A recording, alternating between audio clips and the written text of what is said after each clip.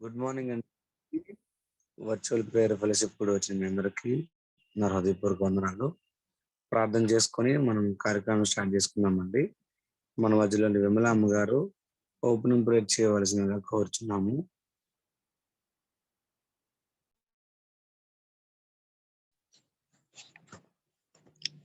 Prayer స్థలాలండి. దేవునికి స్తోత్రం.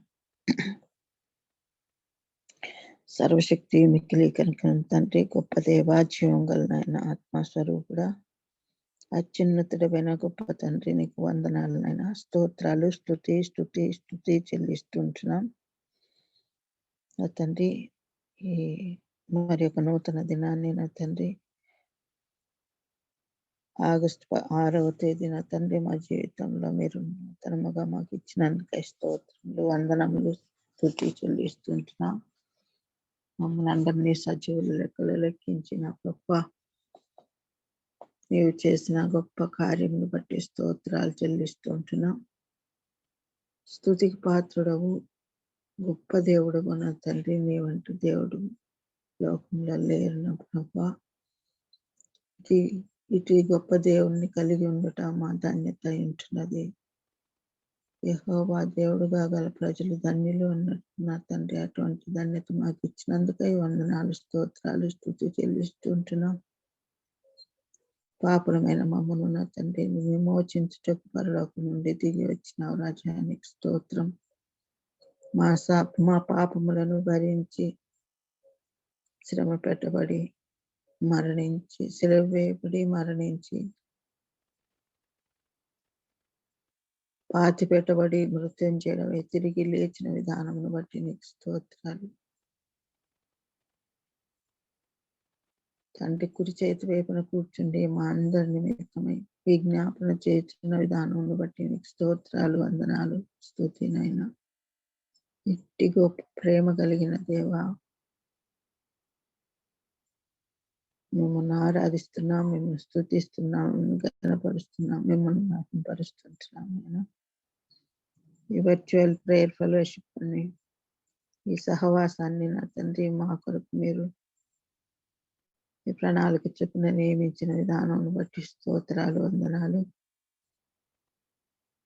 ఈ ఫెలోషిప్ లో చేరవచ్చిన ప్రతి బిడ్డను బట్టి నీకు వందనాలు. నా తండ్రి, ప్రతి కుటుంబాన్ని బట్టి, ప్రతి వ్యక్తిని బట్టి నీకే వేలాది కోటి స్తోత్రాలు, వందనాలు, స్తుతి చెల్లిస్తుంటున్నాం. మమ్మల్ని అందరినీ పిలిచిన పిలుపును బట్టి స్తోత్రాలు, వందనాలు. నా తండ్రి, నా తండ్రి, నీలో అంటు కట్టబడి ఉండటకు మమ్మల్ని పిలిచిన విధానమును బట్టి స్తోత్రాలు. మీరు నాలో నిలిచి ఉన్న ఎడల నేను నిలిచి ఉన్నానని చెప్పి ఉంటున్నారు. మీకు స్తోత్రాలు. నాలో నిలిచి ఉన్న ఎడల మీరు బహుగా ఫలిస్తుగా అన్నారు. తండ్రి, నీకు వందనాలనైనా స్తోత్రాలు. మీరు ఏమో నిలిచి ఉన్న ఎడల మీరు ఎంతగానో సంతోషించే దేవుడవు, నీకు స్తోత్రాలు. మేము గొప్పగా ఫలించిన ఎడల తండ్రి మా యందున తండ్రి మహిమపరచబడునన్న రాజా, నీకు స్తోత్రాలు తండ్రి. స్తుతి జీవం గల నాయన, ఆత్మస్వరూపుడవైన నా ప్రభువా, మమ్మల్ని ఎన్నుకొని ఏర్పరచుకొని ఈ యొక్క ఆత్మ చేత ముద్రించిన విధానమును బట్టి స్తోత్రాలు, వందనాలు. పవిత్రులుగా పరిపూర్ణులుగా చేసినందుకే నీకు స్తోత్రాలు, వందనాలు.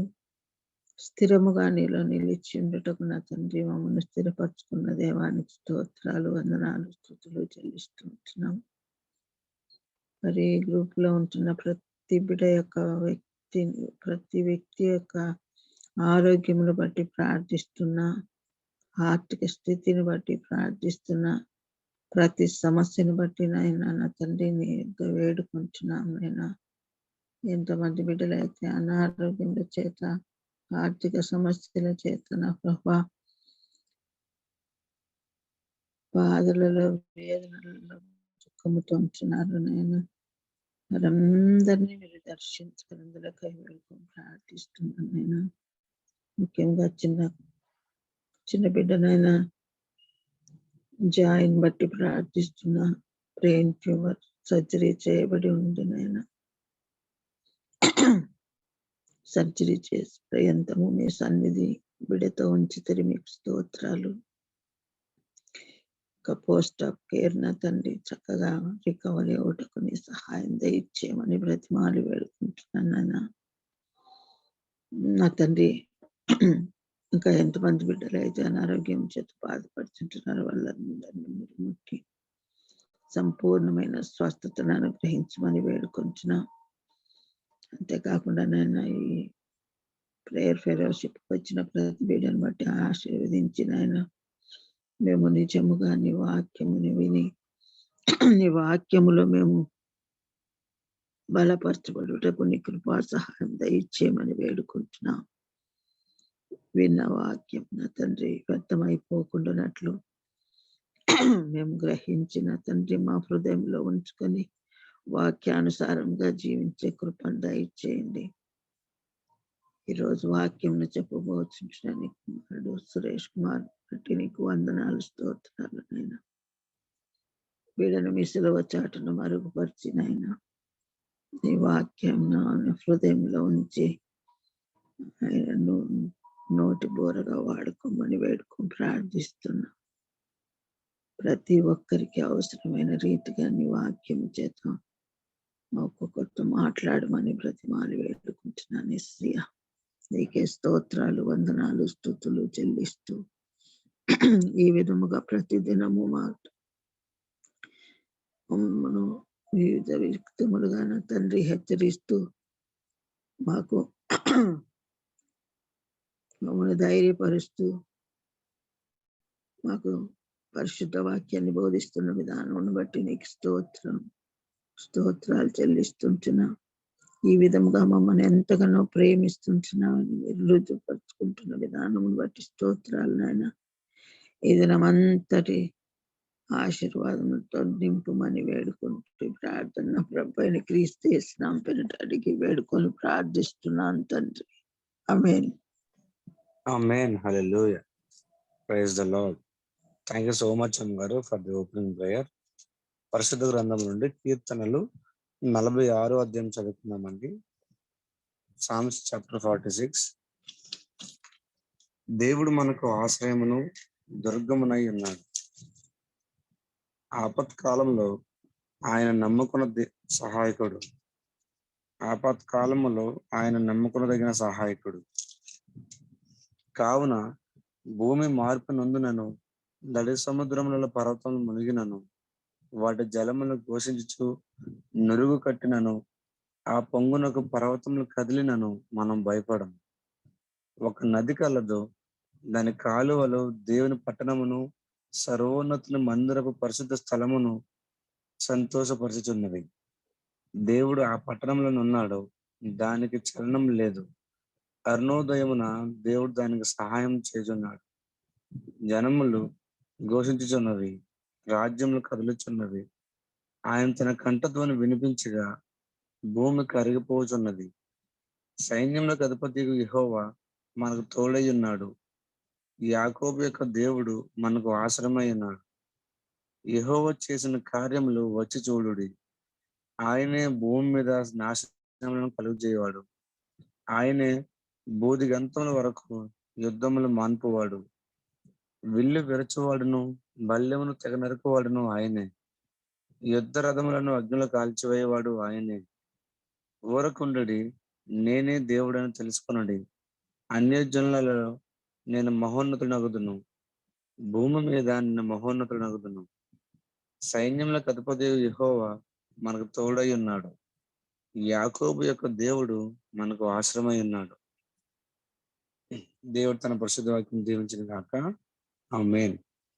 మనం కొన్ని పాటలు పాడుకొని దేవుని నామాన్ని స్తుతిద్దామండి. మన మధ్యలో ఉన్న పుష్ప అమ్మ గారు కొన్ని పాటలు పాడి స్తుతి ఆరాధన నడిపించవలసిన కోరుచున్నాము.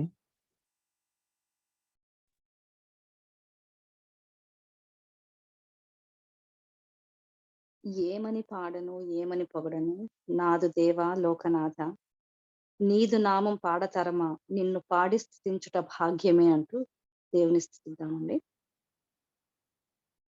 ఏమని పాడను ఏమని పొగడను ఏమని పాడను, ఏమని పొగడను, నాదు దేవా లోకనాథ, నీదు నామం పాడతరమా, నిన్ను పాడి స్తుతించుట భాగ్యమే, ఏమని పాడను, ఏమని పొగడను, నాలో రాగం నీవే, శృతిలో లయలో నీవే, నీవేగా యేసువే.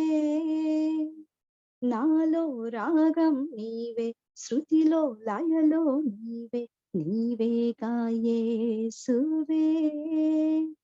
నిన్ను పాడి స్తుతించుట ఎన్నికలేని మంటికి భాగ్యమే, నిన్ను పాడి స్తుతించుట ఎన్నికలేని మంటికి భాగ్యమే, నీలో భాగమై నీవే జీవమై నీలో ఉండుటను గూర్చి ఏమని పాడను, ఏమని పొగడను, ఏమని పాడను.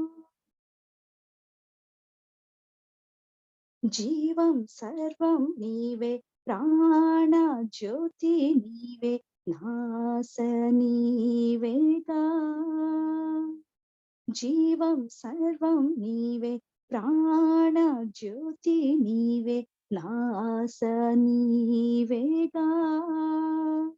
దీనాము నీ ప్రేమ బాటలో నడువ నాకు నేర్పుము, దీనము నీ ప్రేమ బాటలో నడువ నాకు నేర్పుము, నీలో భాగమై నీవే జీవమై నీలో ఉండుటను గూర్చి ఏమని పాడను, ఏమని పొగడను, ఏమని పాడను, ఏమని పొగడను.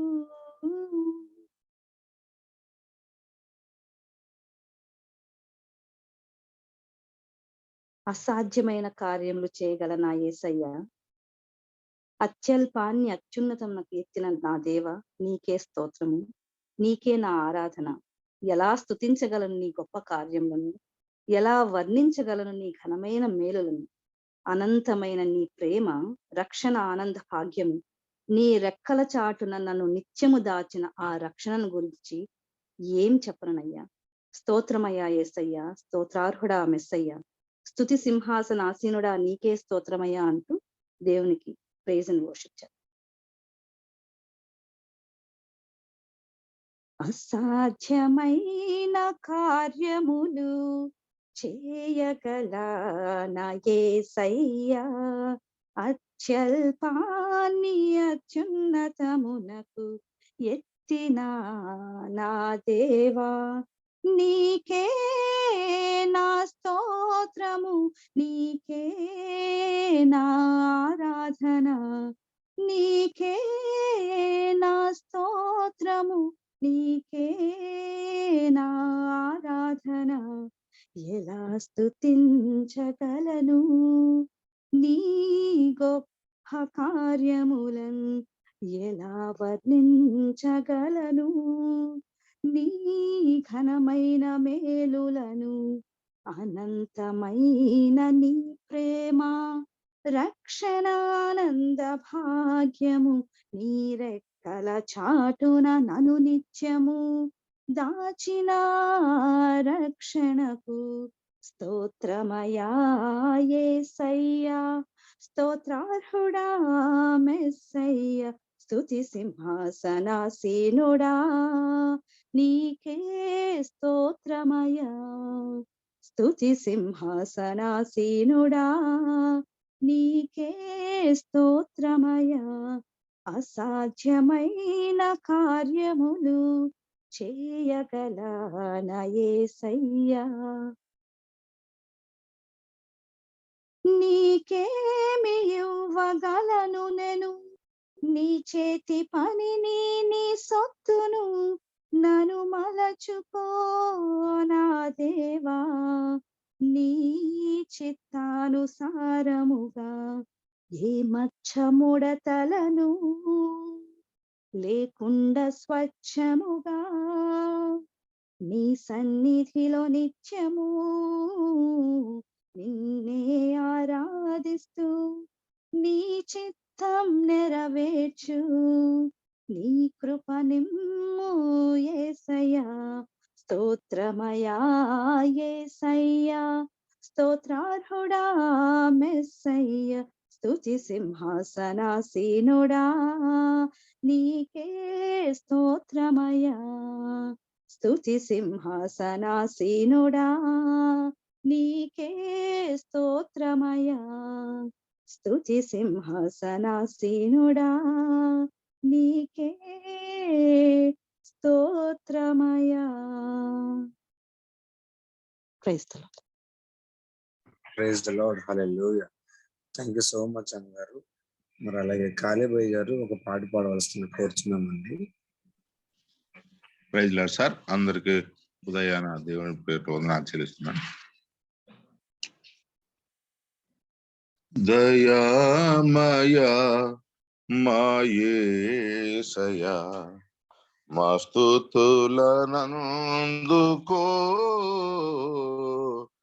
దయామయ మా యేసయ్యా, పాపపు మలినంబుతో పాపపు మలినంబుతో నల్లని మనంబుతో మలినమైన బ్రతుకుతో మలినమైన బ్రతుకుతో నలిగి కుములు చుండగా విలువగోని రక్తంబుతో వెలిగించినావుగా.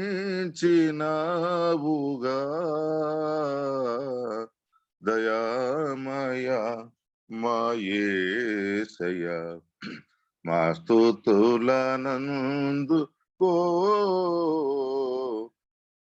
దయామయ మా యేసయ్యా, ప్రాణమిచ్చినాటివో ప్రాణమిచ్చినాటివో మంచి గొర్రెల కాపరి, మృతుని గెలిచి లేచిన మృతుని గెలిచి లేచిన గొప్ప గొర్రెల కాపరి, పరమ భాగ్యమొసగిన ప్రధాన కాపరి. దయామయ మా యేసయ్యా, మా స్తుతులనందుకో. దయామయ మా యేసయ్యా, మందభాగ్యులమైన మాకు మందభాగ్యులమైన మాకు విందు భాగ్యమొసగితి. విందులో కూర్చుండగా విందులో కూర్చుండగా పరిమళము వ్యాపించగా విందుశాలలో నా ప్రేమ ధ్వజమునెత్తితి. దయామయ మా యేసయ్యా, మా స్తుతులనందుకో. దయామయ మా యేసయ్యా, ప్రాణప్రియుడా యేసువా, ప్రాణప్రియుడా యేసువా, నీవు ఎప్పుడు తిరిగి వత్తువో మధ్య దేహమందునా, మధ్య దేహమందునా మూల్గుచుంటిమో ప్రభో, త్వరగా వచ్చి మమ్ము నీదు దరికి చేర్చుకో. దయామయ మా యేసయ్యా, మా స్తుతులనందుకో. దయామయ మా యేసయ్యా. Praise Lord sir, praise Lord sir. వందనాలు. ప్రైజ్ ది లార్డ్, హల్లెలూయా. Thank you so much sir. అలానే బ్రదర్ సునీల్ ఒక పాట పాడవలసి కోరుచున్నామండి. ప్రైజ్ లార్డ్ అన్న. Praise Lord. ఆరాధనకు యోగ్యుడా, నిత్యము స్తుతించెదను, నీ మేలులను మరువకనే ఎల్లప్పుడు స్తుతి పాడెదను. ఆరాధనకు యోగ్యుడా, నిత్యము స్తుతించెదను, నీ మేలులను మరువకనే ఎల్లప్పుడు స్తుతి పాడెదను. ఆరాధనా ఆరాధనా ఆరాధనా ఆరాధనా, నీ మేలులకై ఆరాధనా, నీ దీవెనకై ఆరాధనా.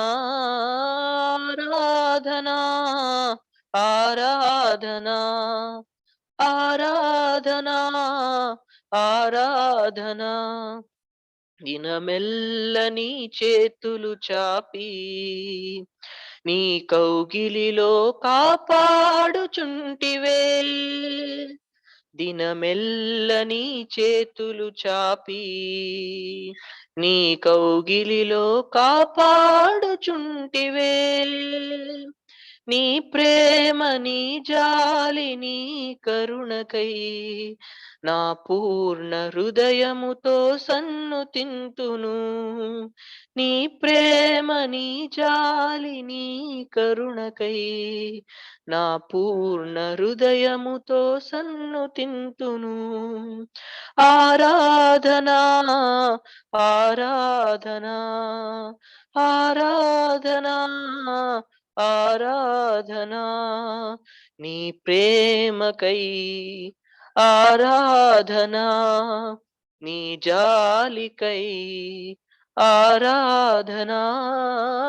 ఆరాధనా ఆరాధనా ఆరాధనా ఆరాధనా ఆరాధనా ఆరాధనా, ధనవంతులుగా చేయుటకు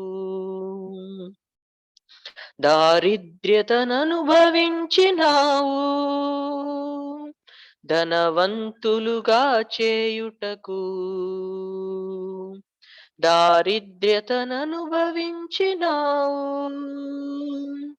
హెచ్చించి ఘనపరచిన నిర్మలాత్ముడా, పూర్ణాత్మ మనస్సుతో కొనియాడెదను.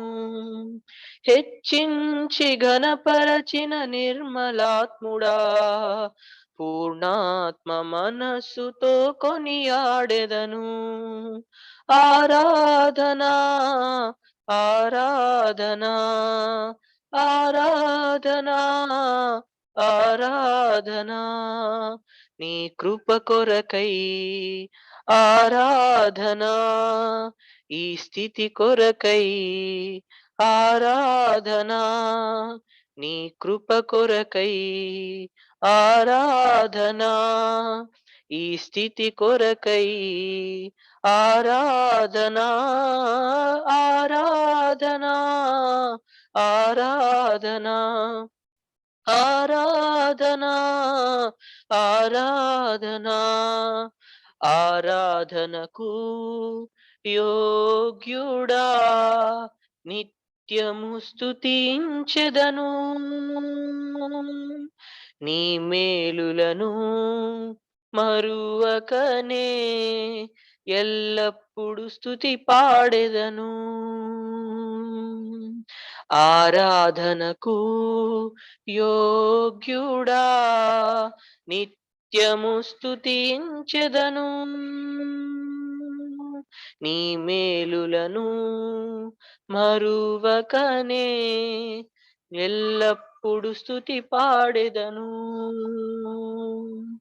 ఆరాధనా ఆరాధనా ఆరాధనా ఆరాధనా నీ మేలులకై ఆరాధనా నీ దీవెనకై ఆరాధనా నీ మేలుకై ఆరాధనా నీ దీవెనకై ఆరాధనా ఆరాధనా ఆరాధనా ఆరాధనా ఆరాధనా హల్లెలూయా హల్లెలూయా, praise the Lord. Thank you so much brother. అలానే సిస్టర్ జయ గారు ఒక పాట పాడవలసిన కోరుచున్నామండి.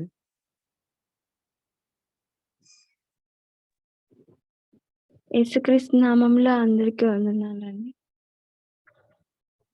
మహోన్నతుడా నీ వాక్యము ఎంతో బలమైనది, మహాగణుడా నీ ఉద్దేశము ఉన్నతమైనది.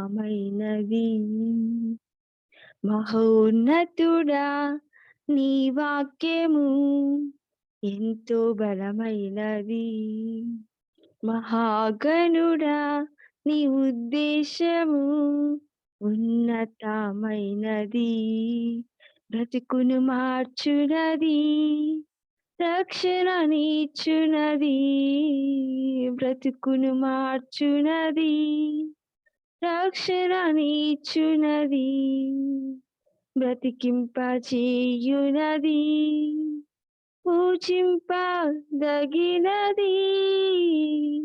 నీకే ఆరాధన, నీకే స్తోత్రార్పణ, నీకే హృదయార్పణ,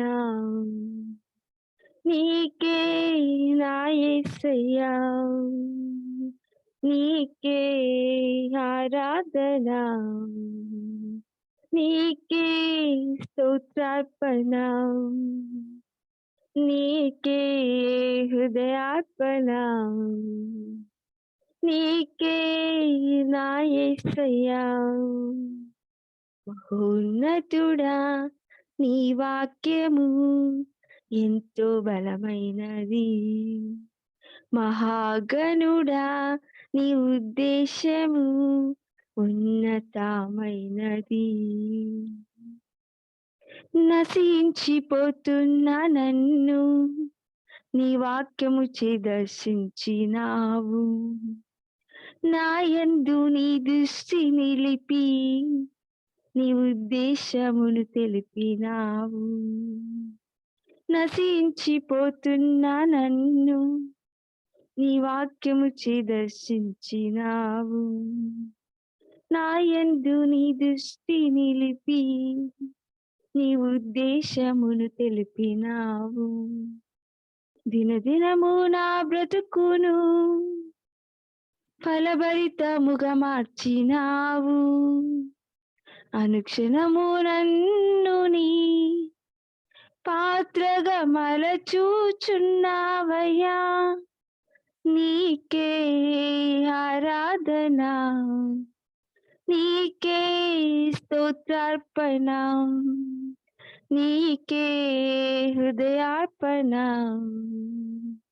నీకే యేసయ్యా, నీకే ఆరాధన, నీకే స్తోత్రార్పణ, నీకే హృదయార్పణ, నీకే నా యేసయ్యా.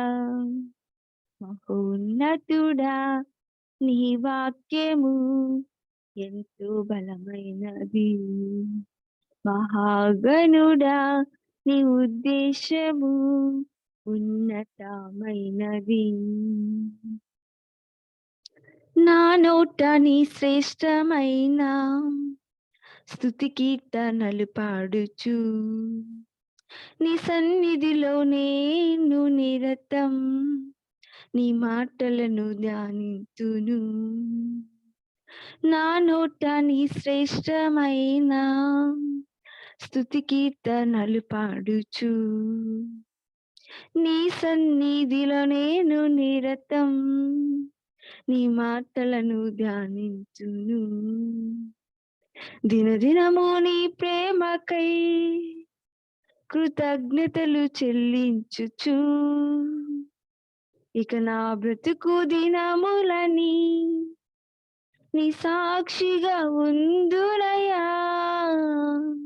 నీకే ఆరాధన, నీకే స్తోత్రార్పణ, నీకే హృదయార్పణ, నీకే నా యేసయ్యా, నీకే ఆరాధన, నీకే స్తోత్రార్పణ, నీకే హృదయార్పణ, నీకే నా యేసయ్యా. మహోన్నతుడా నీ వాక్యము ఎంతో బలమైనది, మహాగణుడా నీ ఉద్దేశము ఉన్నతమైనది. బ్రతుకును మార్చునది, రక్షణనిచ్చునది, బ్రతుకును మార్చునది, రక్షణనిచ్చునది, బ్రతికింపచేయునది, పూజింపదగినది. నీకే ఆరాధన, నీకే స్తోత్రార్పణ, నీకే హృదయార్పణ, నీకే నా యేసయ్యా. Thank you. హల్లెలూయా, praise the Lord. Thank you so much sister.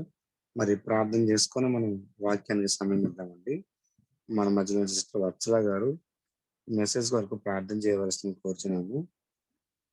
Vatsala sister ఉన్నట్లయితే మెసేజ్ వరకు ప్రార్థన చేయవలసిన కోరుచున్నామండి. ఏ sister please. Praise Lord brother, వినిపిస్తుందండి? ఏ సిస్టర్ ప్లీజ్. ఓకే, ప్రార్థన చేసుకుందాం.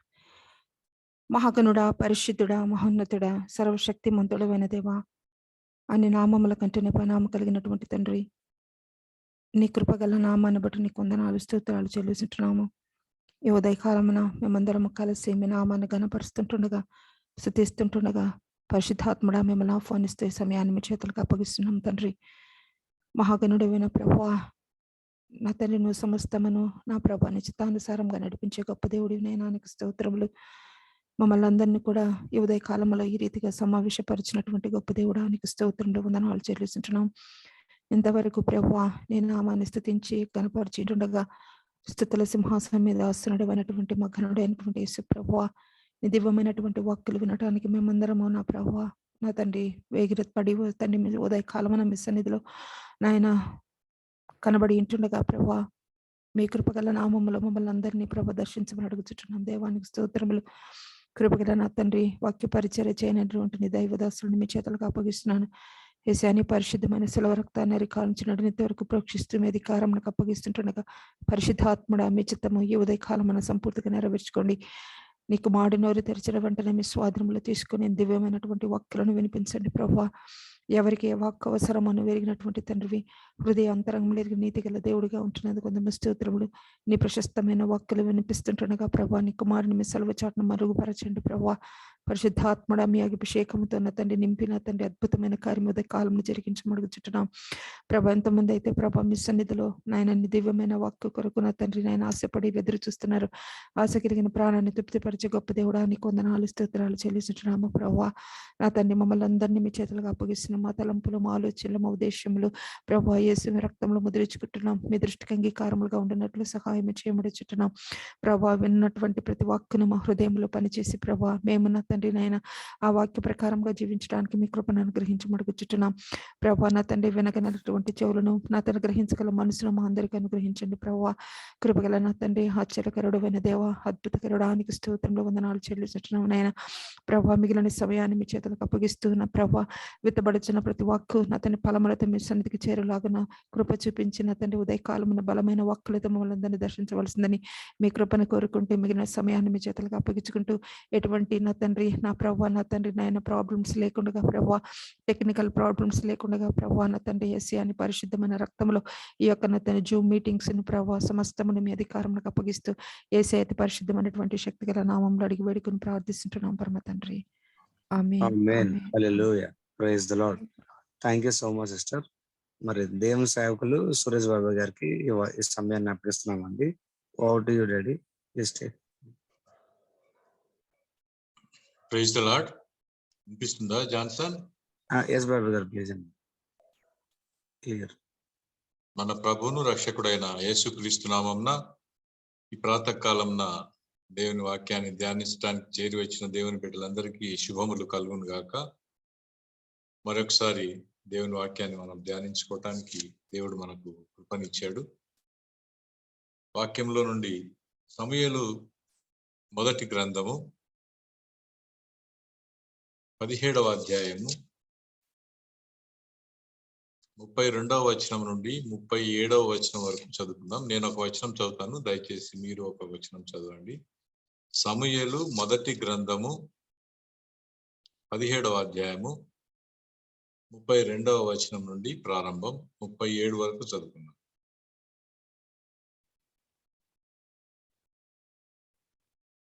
ఈ ఫిలిస్తీయుని బట్టి ఎవరి మనస్సును కృంగ నిమిత్తం లేదు.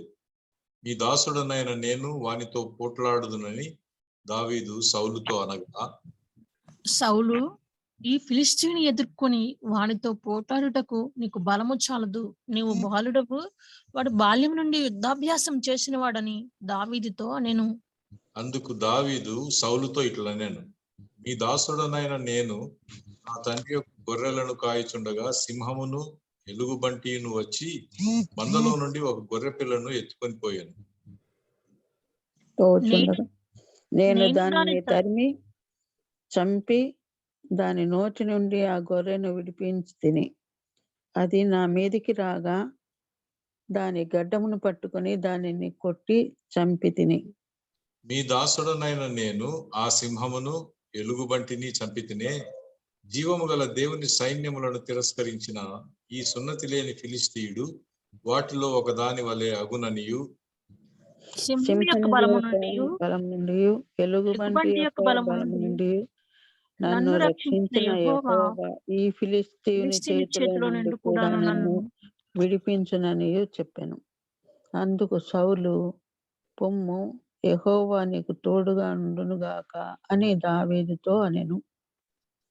ప్రార్థన చేసుకుందాం. పరిశుద్ధుడైన తండ్రి యేసుక్రీస్తు ప్రభువానికి స్తోత్రములు. నాయన సర్వోన్నతమైన స్థలములలో మహింపరచబడు దేవా నీకు వందనాలు. భూమి మీద మీకు ఇష్టమైన బిడ్డలకు సమాధానాన్ని అనుగ్రహించు దేవా నీకు స్తోత్రములు. ప్రాతకాలంలో మరొకసారి మీ వాక్యం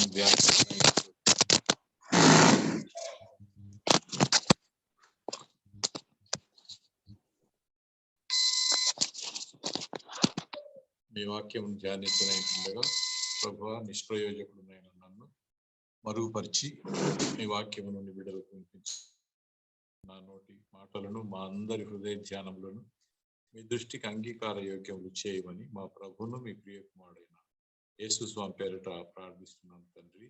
ఆమేన్. Sorry for the inconvenience. చదువుకున్న వాక్య భాగంలో నుండి కొన్ని తలంపులను మనం ధ్యానం చేద్దాం. దానికంటే ముందు ఒక 2-3 నిమిషాలు నేను ఉపోద్ఘాతం లాగా చెప్తాను. బాలుడై గొర్రెలు మేపుకుంటున్న దశ నుండి అత్యున్నతమైన చక్రవర్తి స్థాయికి హెచ్చింపబడిన వ్యక్తిగా దావీదు మనకు బైబిల్లో కనబడతాడు. చిన్న విషయాల్లో నమ్మకంగా ఉన్న కారణం చేత దేవుడు అతనికి పెద్ద పెద్ద విషయాలు అప్పగించినట్టుగా మనకు అర్థమవుతుంది. దావీదు ఎల్లప్పుడూ సేవకుడిగా, దేవుడినే తన యజమానిగా, కాపరిగా, రాజుగా భావించుకొని ప్రవర్తించేవాడు. తాను ఇశ్రాయేలీలను పరిపాలించినంత కాలం, సుమారు 40 సంవత్సరాలు పరిపాలించాడు. పరిపాలించినంత కాలము దేవుడే వారికి రాజని, తాను కేవలము దేవుని యొక్క ప్రతినిధిని మాత్రమే వ్యవహరించాడు. ఎల్లప్పుడూ దేవుని ఆజ్ఞలనే పాటించేవాడు. తన సొంత చిత్తానుసారంగా నడుచుకునేవాడు కాదు. నిజంగానే దావీదు దేవుని హృదయానుసారుడైన వ్యక్తిగా మనకు అనేక చోట్ల వ్యవహరించినట్టుగా మనకు కనబడుతుంది. ఎంత గొప్ప రాజైనా తాను కూడా ఒక మామూలు మనిషిలాగే, సగటు మనిషిలాగే అనేక చోట్ల వ్యవహరించినట్టుగా మనం చూస్తాం. ఈ దావీదు రాబోయే క్రీస్తు ప్రభువుకు ఛాయగా, ఆయన పరిపాలన వ్యవహారాల శైలి, four runner of the future king Jesus ను రిప్రజెంట్ చేసినట్టుగా మనకు కనబడుతుంది. అనేక సందర్భాల్లో రాబోయే క్రీస్తు ప్రభును జ్ఞాపకం చేసినట్టుగా మనకు అర్థమవుతుంది. ఈ కొద్ది ఉపోద్ఘాతంతో మనం అసలు విషయంలోకి వద్దాం. దావీదు తన జీవితంలో 5 మరణకరమైన ప్రమాదాలను ఎదుర్కొన్నట్టుగా మనకు బాగా జ్ఞాపకం. ఈ 5 మరణకరమైన ప్రమాదాల నుండి మన ఆత్మీయ జీవితానికి ఏమైనా ఉపయోగకరమైన పాఠాలు మనం గ్రహించగలమేమో ఈ ఉదయకాలం ప్రయత్నం చేద్దాం. 5 మరణకరమైన పరిస్థితుల గుండా దావీదు వెళ్ళాడు. వాటిలో ఒకటి ఇప్పుడు ఇందాక చదువుకున్నాం. మొదటిది సింహాన్ని ఎదుర్కొన్నాడు. రెండవది ఎలుగుబంటిని ఎదుర్కొన్నాడు. అలాగే గొల్యాతుని ఎదుర్కొన్నాడు. అలాగే సౌలును ఎదుర్కొన్నాడు. చివరిగా తన కుమారుడైన అబ్షాలోము చేత కూడా ప్రాణాపాయమైన స్థితిలోకి పోయాడు. ఆయా పరిస్థితుల గుండా వెళ్ళిన దావీదు యొక్క అనుభవాల నుంచి మనం గ్రహించగలిగింది ఏదైనా ఉందేమో మనము చూద్దాం. మొదటి సమూయేలు గ్రంథం 17వ అధ్యాయం 37వ వచనంలో ఇందాక చదువుకున్నట్టుగా ఆ వచనం చదివితే తప్ప దావీదు వాటిని ఎదుర్కొన్నట్టు, దావీదు వాటిని జయించినట్టు ఎక్కడా రికార్డ్ చేయబడలేదు. కేవలం దావీదు చెబితే తప్ప మనకు అర్థం కాదు. తన తండ్రి గొర్రెలను మేపుకుంటూ అరణ్యమంతా తిరుగుతున్న దావీదుకు ఒకానొక రోజు సింహం వచ్చి ఒక గొర్రెను నోట కరుచుకుని వెళ్ళిపోయినట్టుగా మనం చూస్తాం. అయితే గమనించండి, మీరు నేను అయితే ఏం చేసి ఉండేవాళ్ళం? మహా అయితే ఆ సింహం కంట పడకుండా మనం దాక్కునే వాళ్ళం. పోతే పోయిందిలే, ఒక గొర్రె పిల్లే కదా అని మనం కాంప్రమైజ్ అయిపోయి ఉండేవాళ్ళం.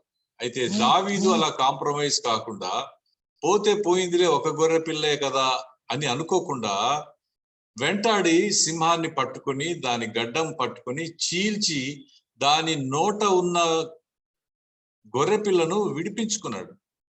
ఎంత ధైర్యం, ఎంత సాహసం చేశాడు! అసలు ఈ సాహసం చేయటంలో ఏదైనా తన ప్రయత్నం వంతు బలహీనం అయిపోతే తన ప్రాణానికే ముప్పు ఏర్పడే ప్రమాదం ఉంది. గొర్రెపిల్లను వదిలేసి సింహము ఇతన్నే చంపివేసే ప్రమాదం ఉంది. అయితే కూడా దావీదు లెక్క చేయకుండా గొర్రెపిల్ల కోసం పరుగు తీసి సింహాన్ని ఎదిరించినట్టు, ఎదుర్కొన్నట్టు, చంపివేసినట్టు మనకు ఇక్కడ చెప్పబడుతోంది. ఇక్కడే దేవుడు ఇన్స్పైర్ అయి ఉంటాడని నాకు అనిపిస్తుంది. ఒక గొర్రె కోసమే దావీదు ప్రాణం పెట్టడానికి తన ప్రాణాన్ని రిస్క్ చేశాడంటే, తన ప్రియమైన ప్రజలైన ఇశ్రాయేలీలను ఇలాంటి దావీదు చేతికి అప్పగిస్తే ఇంకెంత రిస్క్ అయినా తీసుకొని తన ప్రజలను కాపాడగలడు రాబోయే యుద్ధాల నుండి, ప్రమాదాల నుండి అనే ఒక భరోసా దేవుడికి ఈ సంఘటన ద్వారా కలిగి ఉండొచ్చేమో అని నాకు అనిపిస్తుంది. గొర్రెల కోసమే కాపరి ఉండాలి, ప్రజల కోసమే రాజు ఉండాలి, మనుషులందరి కోసమే దేవుడు ఉండాలి. అలాంటి భావన దావీదు యొక్క ప్రవర్తన ద్వారా మనకు అర్థమవుతుంది. అసలు అంత ధైర్యం, అంత సాహసం ఎలా చేశాడు దావీదు? దేన్ని బట్టి అంత ధైర్యం వచ్చింది ఆయనకు? ఇప్పుడు గొల్యాతును చంపడానికి వచ్చినప్పుడు ఆ సింహాన్ని, ఎలుగుబంటిని చంపిన అనుభవాలు ఉన్నాయి, కానీ వాటిని చంపడానికి వెళ్ళినప్పుడు అంతకుమునుపు ఏం అనుభవం ఉంది ఆయనకు? దేనిని బట్టి వాటిని ఎదుర్కోవడానికి వచ్చాడు? సాతాను నోటి నుండి మనల్ని విడిపించటానికి యేసు ప్రభు కూడా ఇలాంటి త్యాగమే చేశాడు, ఇలాంటి సాహసమే చేశాడు. అయితే ఆ ప్రయత్నంలో తన ప్రాణాన్ని పోగొట్టుకున్నాడు. గొర్రెను విడిపించడంలో దావీదు చావలేదు, కానీ చచ్చేంత ధైర్యం చేశాడు. మన ప్రభు అయితే చావనే చచ్చాడు, చావటానికే వచ్చాడు. ఇష్టపూర్వకంగా చనిపోయి తన బిడ్డలను విడిపించటానికే మన ప్రభు రక్షకుడైన యేసుక్రీస్తు లోకానికి వచ్చాడు. గమనించండి, ఈ సాతాను ఎప్పుడు మనల్ని భయపెట్టడానికే ప్రయత్నం చేస్తూ ఉంటాడు. గర్జించు సింహం వలె. చూడండి, పేతురు రాసిన మొదటి పత్రిక 5వ అధ్యాయం 8వ వచనం దయచేసి చూడండి. పేతురు పత్రిక, మొదటి పేతురు పత్రిక 5వ అధ్యాయం 8వ వచనం. నిబ్బరమైన బుద్ధి గల వారే మెలకువగా ఉండుడి. మీ విరోధి అయిన అపవాది గర్జించు సింహము వలె ఎవరిని మృంగుదునా అని వెదకుచూ తిరుగుచున్నాడు. చూసారా? గర్జించు సింహం కాదు, గర్జించు సింహము వలె.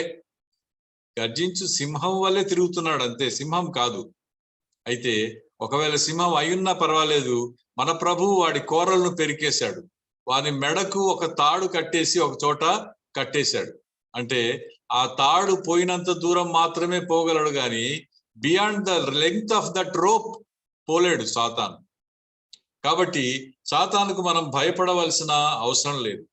పైగా మన గురించి మన ప్రభువును రక్షకుడైన యేసుక్రీస్తు తండ్రి దగ్గర విజ్ఞాపన చేస్తూ ఉన్నాడు. మనం ఏదైనా శోధనలో పడినప్పుడు, శోధనలో దిగజారినప్పుడు, పాపంలో ఉన్నప్పుడు, ఉండబోతున్నప్పుడు, వీటన్నిటి విషయంలో తండ్రి యొద్ద మన గురించి విజ్ఞాపన చేస్తున్నట్టు మనకు అర్థమవుతుంది. ఎలా అర్థమవుతుంది? తాను చనిపోయే ముందు ప్రభు పేతురుతో ఒక మాట అంటున్నాడు. సాతాను మిమ్మలను జల్లెడలాగా జల్లించాలని కోరుతున్నాడు, అయితే నేను మీ గురించి తండ్రి ఎదుట విజ్ఞాపన చేశానని చెప్పు. తన శిష్యులను జల్లెడ పట్టినట్టు జల్లి పట్టడానికి సాతాను పర్మిషన్ అడిగితే యేసు ప్రభుల వారు ఆ పర్మిషన్ ను ఇవ్వకుండా తండ్రి ఎదుట మన తరపున ప్లీడింగ్ చేసినట్టుగా, తన శిష్యుల తరపున ప్లీడింగ్ చేసినట్టు మనకు అర్థం అవుతుంది.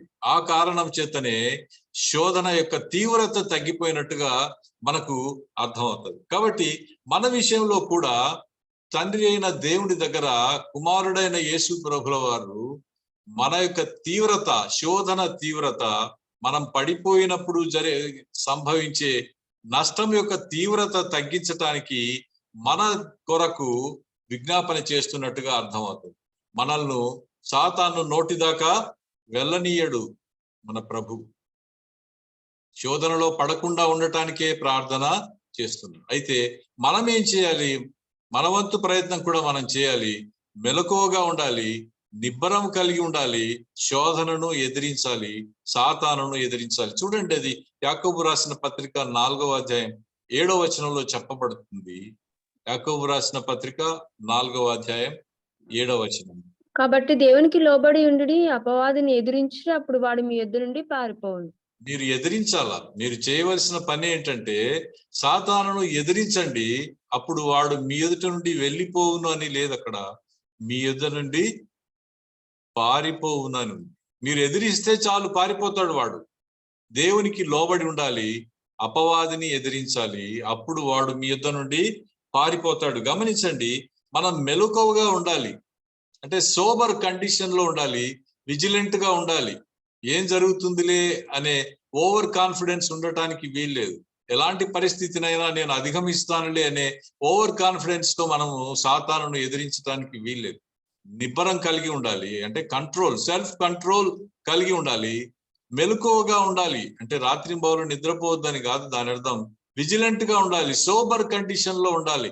ఏ పరిస్థితులలో సాతాను మనల్ని ఎదిరిస్తాడో, ఏ పరిస్థితులలో సాతాను మనల్ని ఎదుర్కొంటాడో, పడిపోయే ప్రమాదం ఉందో దానిని గుర్తించి గమనించి దేవుని పైన మనము ఆధారపడవలసిన వారు. కంప్లీట్ ఒబీడియన్స్, సెల్ఫ్ కాన్ఫిడెన్స్ ఎంత ప్రాముఖ్యమైందో, complete obedience to the God is also very important. ఈ రెండింటిని ఆధారం చేసుకోగలిగితే అపవాది వేసే అగ్ని బాణాల నుంచి మనం తప్పించుకోగలుగుతాం. బాణాలు ఎలా వేస్తారు? ఒక ప్రశ్న అడుగుతాను నేను. బాణాలు ఎలా వేస్తారు? ఒక జంతువు మీదకి వేటగాడు బాణాలు వేయాలనుకున్నప్పుడు అది చూస్తూ ఉంటే వేస్తాడా, చూడకుండా వేస్తాడా? చూడకుండా వేస్తాడు. దాన్ని ఎదురుగా వెళ్ళి వేస్తాడా, మాటున ఉండి వేస్తాడా? మాటున ఉండి వేస్తాడు. ఆ జంతువు అవునమ్మా, కరెక్ట్. ఆ జంతువు గమనిస్తూ ఉంటే వేటగాడు బాణాలు వేయడు. ఆ జంతువు చూస్తూ ఉంటే లేదా పక్షి చూస్తూ ఉంటే ఉరి వేయడు. అది ఏమరుపాటుగా ఉన్నప్పుడు, అది గమనించకుండా ఉన్నప్పుడు, అది గ్రహించలేని పరిస్థితులు ఉన్నప్పుడు, అది పర్వాలేదు అన్ని నిమ్మలంగా ఉన్నాయి కదా అని అనుకున్న చోట వాడు అగ్ని బాణాలు వేయడానికి ప్రయత్నం చేస్తాడు. కాబట్టి ఇలాంటి ప్రయత్నం చేసేటప్పుడు మనకు తెలియకుండానే మనము మన వ్యక్తిగతమైన ఆత్మీయ జీవితంలో బోల్తా పడే ప్రమాదం అనేక చోట్ల అనేక విషయాల్లో బైబిల్లో మనకు కనబడుతుంది. గమనించండి, పేరెంట్స్ కొన్నిసార్లు ఇన్స్ట్రక్షన్స్ ఇస్తారు, దేవుడి వాక్యం కొన్నిసార్లు ఇన్స్ట్రక్షన్స్ ఇస్తుంది. వాటిని పట్టించుకోకుండా ఎప్పుడైతే మనం వ్యవహరిస్తామో, అంతా నా ఇష్టం అని వ్యవహరిస్తామో, నా ఇష్టం వచ్చినట్లు నేను చేస్తానని ఎవరైతే మాట్లాడడానికి ప్రయత్నం చేస్తారో వారు సాతాను యొక్క అగ్ని బాణంలో మొదటి బాణంకు గురైనట్టు లెక్క. రెండవదిగా, విశ్వాసుల సహవాసానికి, వాక్యానికి, ప్రార్థనకు మెల్లగా దూరం చేస్తాడు. అలా చేయటం ద్వారా ప్రార్థనా జీవితం ఎప్పుడైతే తగ్గిపోతుందో, వాక్యం ఎప్పుడైతే మన హృదయంలో మనం ఉంచుకోమో, విశ్వాసుల యొక్క సహవాసానికి ఎప్పుడైతే దూరం అవుతామో అప్పుడు నెమ్మదిగా ఆ శోధనకు గురి అయ్యే ప్రమాదం, నెమ్మదిగా పాపంలోకి తీసుకువెళ్ళి తిరిగి వెనక్కి రాలేని పరిస్థితుల్లోకి నెట్టివేయటం మనం చూస్తాం. చివరకు మన యొక్క విశ్వాసం అంతా మనం కోల్పోయి భయం మనల్ని ఆవరించినట్టుగా మనము గమనించగలం. చూడండి, అసలు సాతానును ఎలా ఎదిరించాలి? ఈ 3 వాక్య భాగంలో నుండే నేను చెప్తున్నాను. మొట్టమొదటిది, వాక్యం ద్వారా సాతానును మనం ఎదిరించాలి. రెండవది, ప్రార్థన ద్వారా సాతానును ఎదిరించాలి. మూడవది, విశ్వాసుల యొక్క సహవాసంలో ఉండటం ద్వారా సాతానును మనం ఎదిరించడానికి వీలు. సాతానును ఎదిరించండి, అప్పుడు వాడు మీ యుద్ధ నుండి పారిపోతాడు. కాబట్టి గర్జించు సింహం వంటి సాతాను మనం వీధికి వచ్చినప్పుడు మనము ఎదిరించాలి, భయపడవలసిన అవసరం లేదు. ఎదిరించటానికి కలిగిన 3 ఆయుధాలను దేవుడు మనకి ఇస్తున్నాడు. ఒకటి వాక్యము, రెండవది ప్రార్థన, మూడవది విశ్వాసుల లేదా పరిశుద్ధుల యొక్క సహవాసం. వాటిలో నిరంతరం ఉండగలిగితే గర్జించు సింహం అయిన సాతానును మనం ఎదిరించడానికి వీలవుతుంది. అలాగే రెండవది ఎలుగుబంటి. ఎలుగుబంటి మిగతా జంతువులన్నీ తమకు ప్రమాదం వస్తే మాత్రమే ఎదురు తిరుగుతాయి, మన మీదికి వస్తాయి. అయితే ఎలుగుబంటి ఎలాంటిదంటే, తన పిల్లలకు సమీపంగా ఏ జంతువు వచ్చినా, ఏ మనిషి వచ్చినా వారి మీద పడి వారిని రక్కి గొంతు చీల్చివేసే ప్రమాదకరమైన జంతువుగా ఎలుగుబంటి మనకు కనబడుతుంది. అలాంటి ఎలుగుబంటి కూడా ఒకసారి ఒక గొర్రెను నోట కరుచుకొని పరిగెత్తిపోతూ ఉంటే దావీదు దాని వెంట కూడా పడి దానిని పట్టుకొని దానిని చీల్చి చంపివేసి తన గొర్రెను తాను విడిపించుకొని వచ్చినట్టుగా మనం చూస్తాం. చూడండి, మంచి గొర్రెల కోసం తన ప్రాణం పెట్టునని యేసు ప్రభుల వారు చెప్పినట్టుగా దావీదులో మంచి కాపరి యొక్క లక్షణం మనకు కనబడుతుంది. గొర్రెను కాపాడటం తప్ప వేరే ధ్యాస, ప్రాణం మీద ఆశ దావీదు ఉంచుకోలేదు. ఎలాగైనా సరే తన ప్రాణం పోయినా సరే, పోయేంత ప్రమాదం వచ్చినా సరే తన గొర్రెను తాను కాపాడాలంటుంది.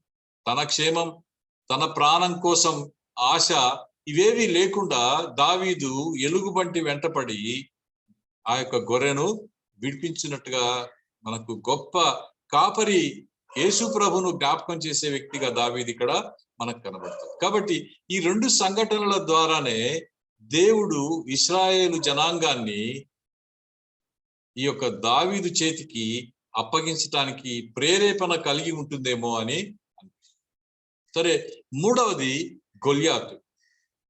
గొల్యాతు నుండి కూడా ప్రాణాపాయాన్ని ఈ యొక్క దావీదు తెచ్చుకున్నాడు. ఇది 1 సమూయేలు గ్రంథం 17వ అధ్యాయంలో ఈ వృత్తాంతం అంతా వ్రాయబడి ఉంటది. కొంత భాగాన్ని మనము చదివాం. ఈ వృత్తాంతం కూడా సండే స్కూల్లో విని ఉంటాం, చర్చిలో అనేక సార్లు విని ఉంటాం, పబ్లిక్ మీటింగ్స్ లో విని ఉంటాం. అయినప్పటికీ గొల్యాతు దావీదు యొక్క వృత్తాంతం ఎప్పుడు ఆసక్తినే రేపుతూ ఉంటది. చూడండి, 2 కొండలు ఉన్నాయి. ఒక కొండ మీద ఇశ్రాయేలీలు, ఇంకొక కొండ మీద ఫిలిస్తీన్లు యుద్ధం కోసం పంక్తులు తీరి ఉన్నారు. ఈ 2 కొండల మధ్య ఏలా అనే ఒక లోయ ఉంది. ఆ లోయలోకి ప్రతి ఉదయాన్నే ఈ గొల్యాతు దిగి వచ్చి ఇశ్రాయేలీలను బెదిరిస్తూ ఉన్నాడు. మీరందరూ మా మీదకి యుద్ధానికి రాక్కర్లేదు, మేమందరం మీ మీదకి యుద్ధానికి రాక్కర్లేదు. ఆ వృత్తాంతం అంతా మనకు బాగా తెలుసు. మీలో ఒకడు నుండి, మాలో నుండి నేను వస్తాను, మేమిద్దరం పోరాడుతాము. ఎవరు గెలిస్తే గెలిచిన వాళ్ళకి ఓడిన వాళ్ళు దాసులు అవుతారు, బానిసలు అవుతారు, రమ్మని ప్రతిరోజు వాడు ఛాలెంజ్ చేస్తున్నాడు. ఎవరిని ఛాలెంజ్ చేస్తున్నాడు? అక్కడ దావీదు అన్నలు ఉన్నారు, శతాధిపతులు ఉన్నారు, అలాగే సహస్రాధిపతులు ఉన్నారు, రాజైన సౌలు ఉన్నాడు. వాళ్ళందరూ ఈ కొండ మీద ఉంటే వాడు ఆ మైదానంలోకి వచ్చి, లోయ మైదానంలోకి వచ్చి రోజు భయపెడుతుంటే వీరు భయపడి అక్కడి నుంచి పారిపోయినట్టుగా మనకు అర్థమవుతుంది. చూడండి, ఇదే సమూయేలు 1 గ్రంథం 17వ అధ్యాయం 17వ వచనంలో చూడండి. యెషయి తన కుమారుడైన దావీదును పిలిచి 11వ వచనం చూడండి. 17వ అధ్యాయం 11వ వచనం చూడండి.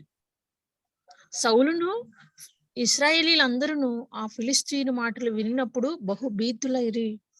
చూసారా, వాళ్ళు వెరగి అంటే భయపడి బహుభీతులైరి. ఊరికే భయపడడం కాదు, ఇంకా నోట మాట రాకుండా 40 రోజులు ఊరికే ఆ కొండ మీద కూర్చుంటారు. ఉదయం నుంచి మధ్యాహ్నం వరకు, మళ్ళీ తమ తమ గుడారాలకు వెళ్ళిపోతారు. రోజు ఇదే. ఇలాంటి భయభీతిని ఈ యొక్క గొల్యాతు కలిగించాడు. ఎవ్వరు యుద్ధానికి ముందుకు సాహసించకుండా వెళ్ళిపోయారు. ఇక్కడ జాగ్రత్తగా గమనించండి, దేవుడు అవకాశాలను అందరికీ సమానంగానే అనుగ్రహిస్తాడు.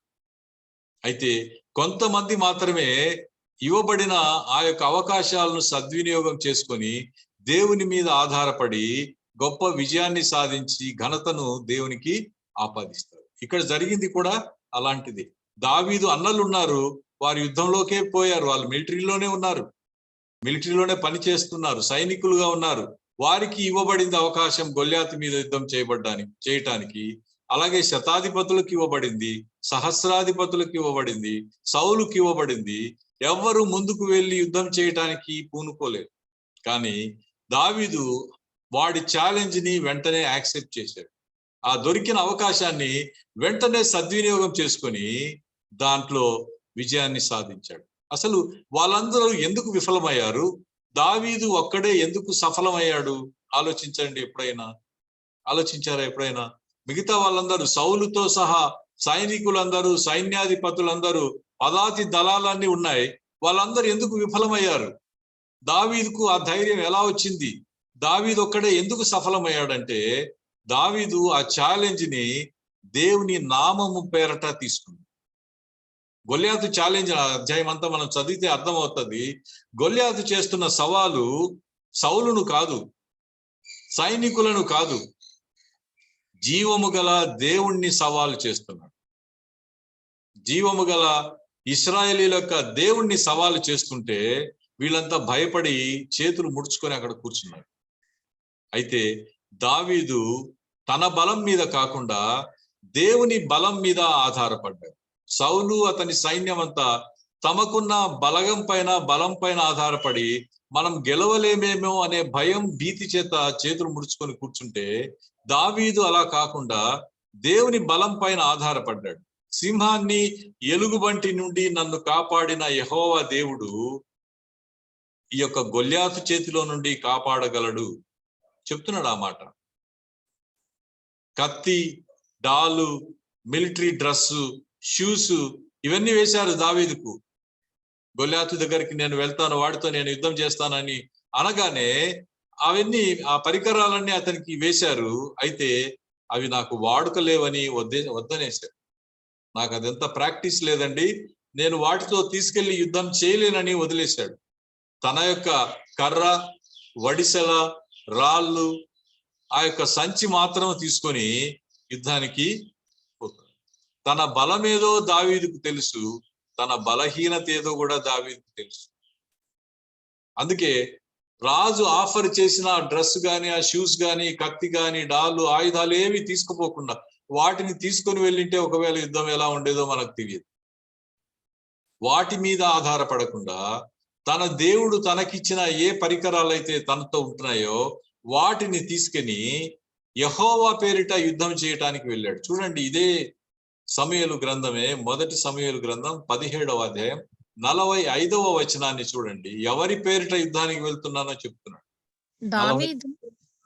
దావీదు, నీవు కత్తియు, ఈటయు, బల్లెమును ధరించుకొని నా మీదకి వచ్చుచున్నావు. అయితే నీవు తిరస్కరించిన ఇశ్రాయేలీయుల సైన్యములకు అధిపతి యెహోవా పేరిట నేను నీ మీదకి వచ్చుచున్నాను. చూసారా, నేను యుద్ధానికి నా దగ్గర ఉన్న ఆయుధాలు తీసుకొని వస్తున్నానని ఛాలెంజ్ చేయటం లేదు దావీదు. నువ్వు ఏ దేవుడిని అయితే తిరస్కరించావో, ఏ ఇశ్రాయేలీల దేవుడైన సజీవుడైన యెహోవానైతే తిరస్కరించావో, ఆ దేవుడైన యెహోవా పేరిట నేను యుద్ధానికి వస్తున్నాను చెప్పి, in the name of the lord Jehovah నేను నీతో యుద్ధానికి వస్తున్నాను చెప్పి, సైన్యములకు అధిపతి అయిన యెహోవా జీవము తోడు నేను నీతో యుద్ధానికి వస్తున్నాను చెప్పి, తన స్వశక్తి పైన ఆధారపడలేదు దావీదు. తన దేవుడైన యెహోవా పేరిట ఆ యుద్ధానికి వెళ్తున్నట్టుగా మనం చూస్తాం. చూడండి, దేవుడు అతనికి విజయాన్ని ఎలా అనుగ్రహించాడు? ఆయుధాల వలన, అశ్వాల వలన, లేకపోతే యుద్ధ పరికరాల వలన కాదు. దేవుడే తాను దావీదు తరపున యుద్ధం చేసినట్టు మనకు అర్థం అవుతుంది. మీరు ఎప్పుడైనా ఆలోచించారా? వడిసెల రాయి తీసుకొని దావీదు కొట్టినప్పుడు శిరస్త్రాణము మొత్తం బాడీ అంతా కవర్ చేసుకుని ఉన్నాడు గొల్యాతు. వాని నుదురు మాత్రమే ఖాళీగా కనపడింది. ఆ నుదుటి మీద, గొల్యాతు నుదుటి మీద ఈ యొక్క వడిసెల రాయిని వేగంగా కొట్టినప్పుడు అది వాడి పుర్రెలోకి దూసుకుపోయినట్టుగా రాయబడింది. గమనించండి, రాయి ముందు నుంచి వచ్చి కొడితే గొల్యాతు వెనక్కి పడాలి కదా, వెనక్కి పడకుండా మరి బోర్లా పడ్డాడు. అది రాయబడింది బైబిల్. రాయి వేగంగా నుదుటిని తాకి నుదుటిలో నుండి దూసుకొని పోగానే గొల్యాతు బోర్లా పడ్డాడు. యుద్ధము యెహోవాదే, దావీదుది కాదు. దావీదు కేవలం నిమిత్త మాత్రుడుగా అక్కడ నిలబడ్డాడు, ధైర్యంగా నిలబడ్డాడు, యెహోవా పేరిట నిలబడ్డాడు, యెహోవా ఘనత కొరకు నిలబడ్డాడు. సైన్యం చేయలేని పని నేను చేస్తాను చూడండి అని నిరూపించుకోవడానికి కాదు. సౌలు చేయలేని పని నేను చేస్తాను చూడండి, దేశాన్ని గెలిపిస్తానని నిరూపించటానికి కాదు. ఎందుకు ఆ యుద్ధం చేయటానికి ముందుకొచ్చాడో ఆయనే చెప్తాడు. చూడండి, దేవునికి మహిమ చెల్లించటానికి, దేవుడు ఉన్నాడని, ఇశ్రాయేలీలలో దేవుడు ఉన్నాడని భూలోకం అంతా తెలుసుకోవాలంటాడు. చూడండి, 53 నుంచి 54 2 వచనాలు చదవండి.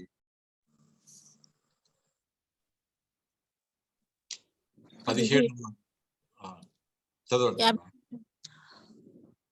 సౌలు 53 అన్నా 17వ సమూయేలు మొదటి గ్రంథం 17వ అధ్యాయం 53, 54 వచనాలు చదవండి. యుద్ధం అయిపోయిన తర్వాత ప్రజలందరూ ఏం చేస్తున్నారంటే ఫిలిష్తీయులను తరిమివేసి వచ్చి దోపుడు సొమ్ము మీద ఎగబడుతున్నారు. దోపుడు సొమ్ము మీద ఎగబడుతుంటే దావీదు ఏం చేస్తున్నాడంటే, అది రాయబడింది అక్కడ, అమ్మ చదవండి. అయితే దావీదు ఆ ఫిలిష్తీయుని ఆయుధములను తన డేరాలో ఉంచుకొని అతని తలను తీసుకొని యెరూషలేమునకు వచ్చెను. దానికి ముందు 53 చదవండి. అప్పుడు ఇశ్రాయేలీలు ఫిలిష్తీయులను తరుముట మాని తిరిగి వచ్చి వారి డేరాలను దోచుకొనిరి. ఇశ్రాయేలీలందరి దృష్టి దేని మీద ఉందంటే, ఫిలిష్తీయులను పంపించి ఓడించి దూరంగా తరివేసిన తర్వాత వాళ్ళు పరిగెత్తుకుంటూ వచ్చి వారి డేరాలలో ఉన్న దోపుడు సొమ్ము పైన వెంబడిస్తూ పడి ఉన్నట్టుగా మనం చూస్తాం. అయితే దావీదు దృష్టి దేని మీద ఉందంటే, తనకు విజయాన్ని అనుగ్రహించిన దేవుణ్ణి స్తుతించి ఆరాధించి ఆ యొక్క గొల్యాతు యొక్క ఆయుధాన్ని, తర్వాత అతని యొక్క తలను తీసుకొని యెరూషలేమునకు ప్రయాణమైనట్టుగా మనం చూస్తాం. దావీదు దేవుని విషయంలో బహురోషం గలవాడుగా కనబడతాడు. తన సొంత విషయాల్లో అంత రోషాన్ని కనబరచడు. ఇక్కడ ఒక ప్రశ్న అడుగుతాను మిమ్మల్ని, మనం ఎలా ఉన్నాం చెప్పండి? దేవుని విషయంలో రోషం కలిగి ఉన్నామా? మన సొంత విషయాల్లో రోషం కలిగి ఉంటామా? చాలా సార్లు మన సొంత విషయాల్లో రోషం కలిగి ఉంటాం, దేవుడి విషయాలను అలా గాలికి వదిలేస్తూ ఉంటాం. అయితే దావీదు అలా కాదు. తన సొంత విషయాల్లో రోషానికి పోడు గాని దేవుని విషయంలో మాత్రము రోషానికి వచ్చాడు. ఇక్కడ ఈ యుద్ధానికి రావటానికి అతనికి కలిగిన ప్రేరేపణ ఏమిటంటే, సజీవుడైన సైన్యములకు అధిపతి అయిన దేవుణ్ణి ఎప్పుడైతే వీడు ఛాలెంజ్ చేశాడో గొల్యాతు, అది దేవుని పేరిట గెలిచి దేవునికి ఘనత తీసుకురావాలనే మనసు దావీదు కలిగింది. గమనించండి, యుద్ధానికి నేను వెళ్తానని చెప్పినప్పుడు సౌలే అతన్ని డిస్కరేజ్ చేస్తున్నాడు. నువ్వు బాలుడవు, వాడు చూస్తే యుద్ధాభ్యాసం కలిగిన వాడు, వాడితో నీవు పోరాడలేవని డిస్కరేజ్ చేస్తే ఈయన డిసప్పాయింట్ కాలేదు. ఓ రాజే చెప్తున్నాడు కదా ఇంకెందుకులే అని డిసప్పాయింట్ కాకుండా రాజుకే చెప్తున్నాడు, లేదు, నన్ను సింహము ఎలుగుబంటితో పోరాడినప్పుడు గెలిపించిన యెహోవా జీవముతోడు నేను వీడిని గెలుస్తానని సౌలుతో చెప్తున్నాడు. అతనికి కావలసిన యుద్ధ ఆభరణాలన్నీ అనుగ్రహించినప్పుడు, ఆయుధాలన్నీ అనుగ్రహించినప్పుడు, ఇవ్వబడినప్పుడు వాటిని తీసుకోకుండా అలా వదిలేసి తన యొక్క ఆయుధాలను మాత్రమే తీసుకొని వెళ్తున్నాడు. అంటే ఎక్స్టర్నల్ ఎక్విప్మెంట్ పైన ఆధారపడకుండా దేవుని పైన ఆధారపడటం అనేది దావీదు చిన్ననాటి నుంచి నేర్చుకున్న ఒక గొప్ప విషయంగా మనకు అర్థమవుతుంది. యెహోవా ఇచ్చిన బలమే తనకున్న అర్హతగా తీసుకున్నాడు తప్ప బయట నుంచి ఏ విధమైన సహాయము తీసుకోవడానికి ఇష్టపడలేదు దావీదు. ఇక్కడ ఒక మాట ఆలోచించండి, ఒకవేళ ఆ యుద్ధంలో ఓడిపోయి ఉంటే సౌలు పరిస్థితి ఏంటి, ఇజ్రాయేలీల పరిస్థితి ఏమిటి?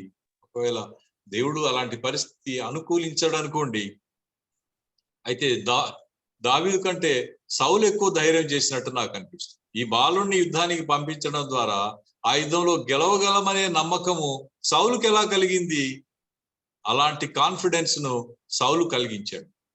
అలాంటి నమ్మకాన్ని సౌలుకు దావీదు కలిగించాడు. అందునిమిత్తమే సౌలు అతన్ని యుద్ధానికి పంపించాడు. చూడండి, సింహాన్ని ఎలుగుబంటిని చంపేటప్పుడు దావీదు దేవుని శక్తి పైన ఆధారపడ్డాడు.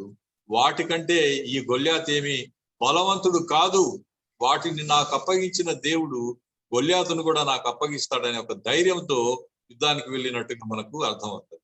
దావీదు యొక్క బలము అతని కర్ర, సంచి, వడిసెల, రాళ్ల మీద ఆధారపడలేదు. అతడు నమ్మిన దేవుని మీద ఆధారపడింది. నీవు ఆయుధాలతో వస్తే నేను యెహోవా నామమున వచ్చాను, అదే ఇందాక చదివాం మనం 45వ వచనంలో, నేను యెహోవా పేరిట నీతో యుద్ధం చేయడానికి వస్తానని చెప్పి వాడైతే ఆయుధాలన్నీ తీసుకొని ఆయుధాల మీద తన నమ్మకాన్ని పెట్టుకొని యుద్ధానికి దిగితే, దావీదు కేవలం ఒక రాయి తీసుకొని, ఒక వడిసెల తీసుకొని, ఒక కర్ర తీసుకొని, ఒక సంచి, ఇవన్నీ ఎప్పుడు అతని దగ్గర ఉండేటివే. గొర్రెల కోసము అడవిలోకి వెళ్ళినప్పుడు ప్రతిదినము అతనితో ఉండే సరంజామాన ఇదంతా. ప్రత్యేకంగా యుద్ధం కోసం ఏ విధమైన సరంజామా అతను మోసుకొని రాలేదు, తీసుకొని రాలేదు. వాడుకలో ఉన్న వాటిని తనతో పాటు తీసుకొని యెహోవా పేరిట యుద్ధానికి వెళ్తున్నానని చెప్పాడు.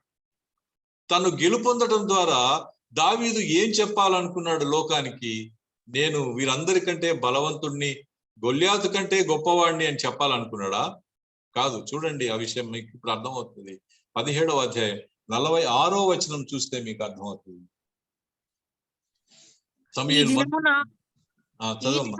యెహోవా నిన్ను నా చేతికి అప్పగించును, నేను నిన్ను చంపి నీ తల తెగవేతును.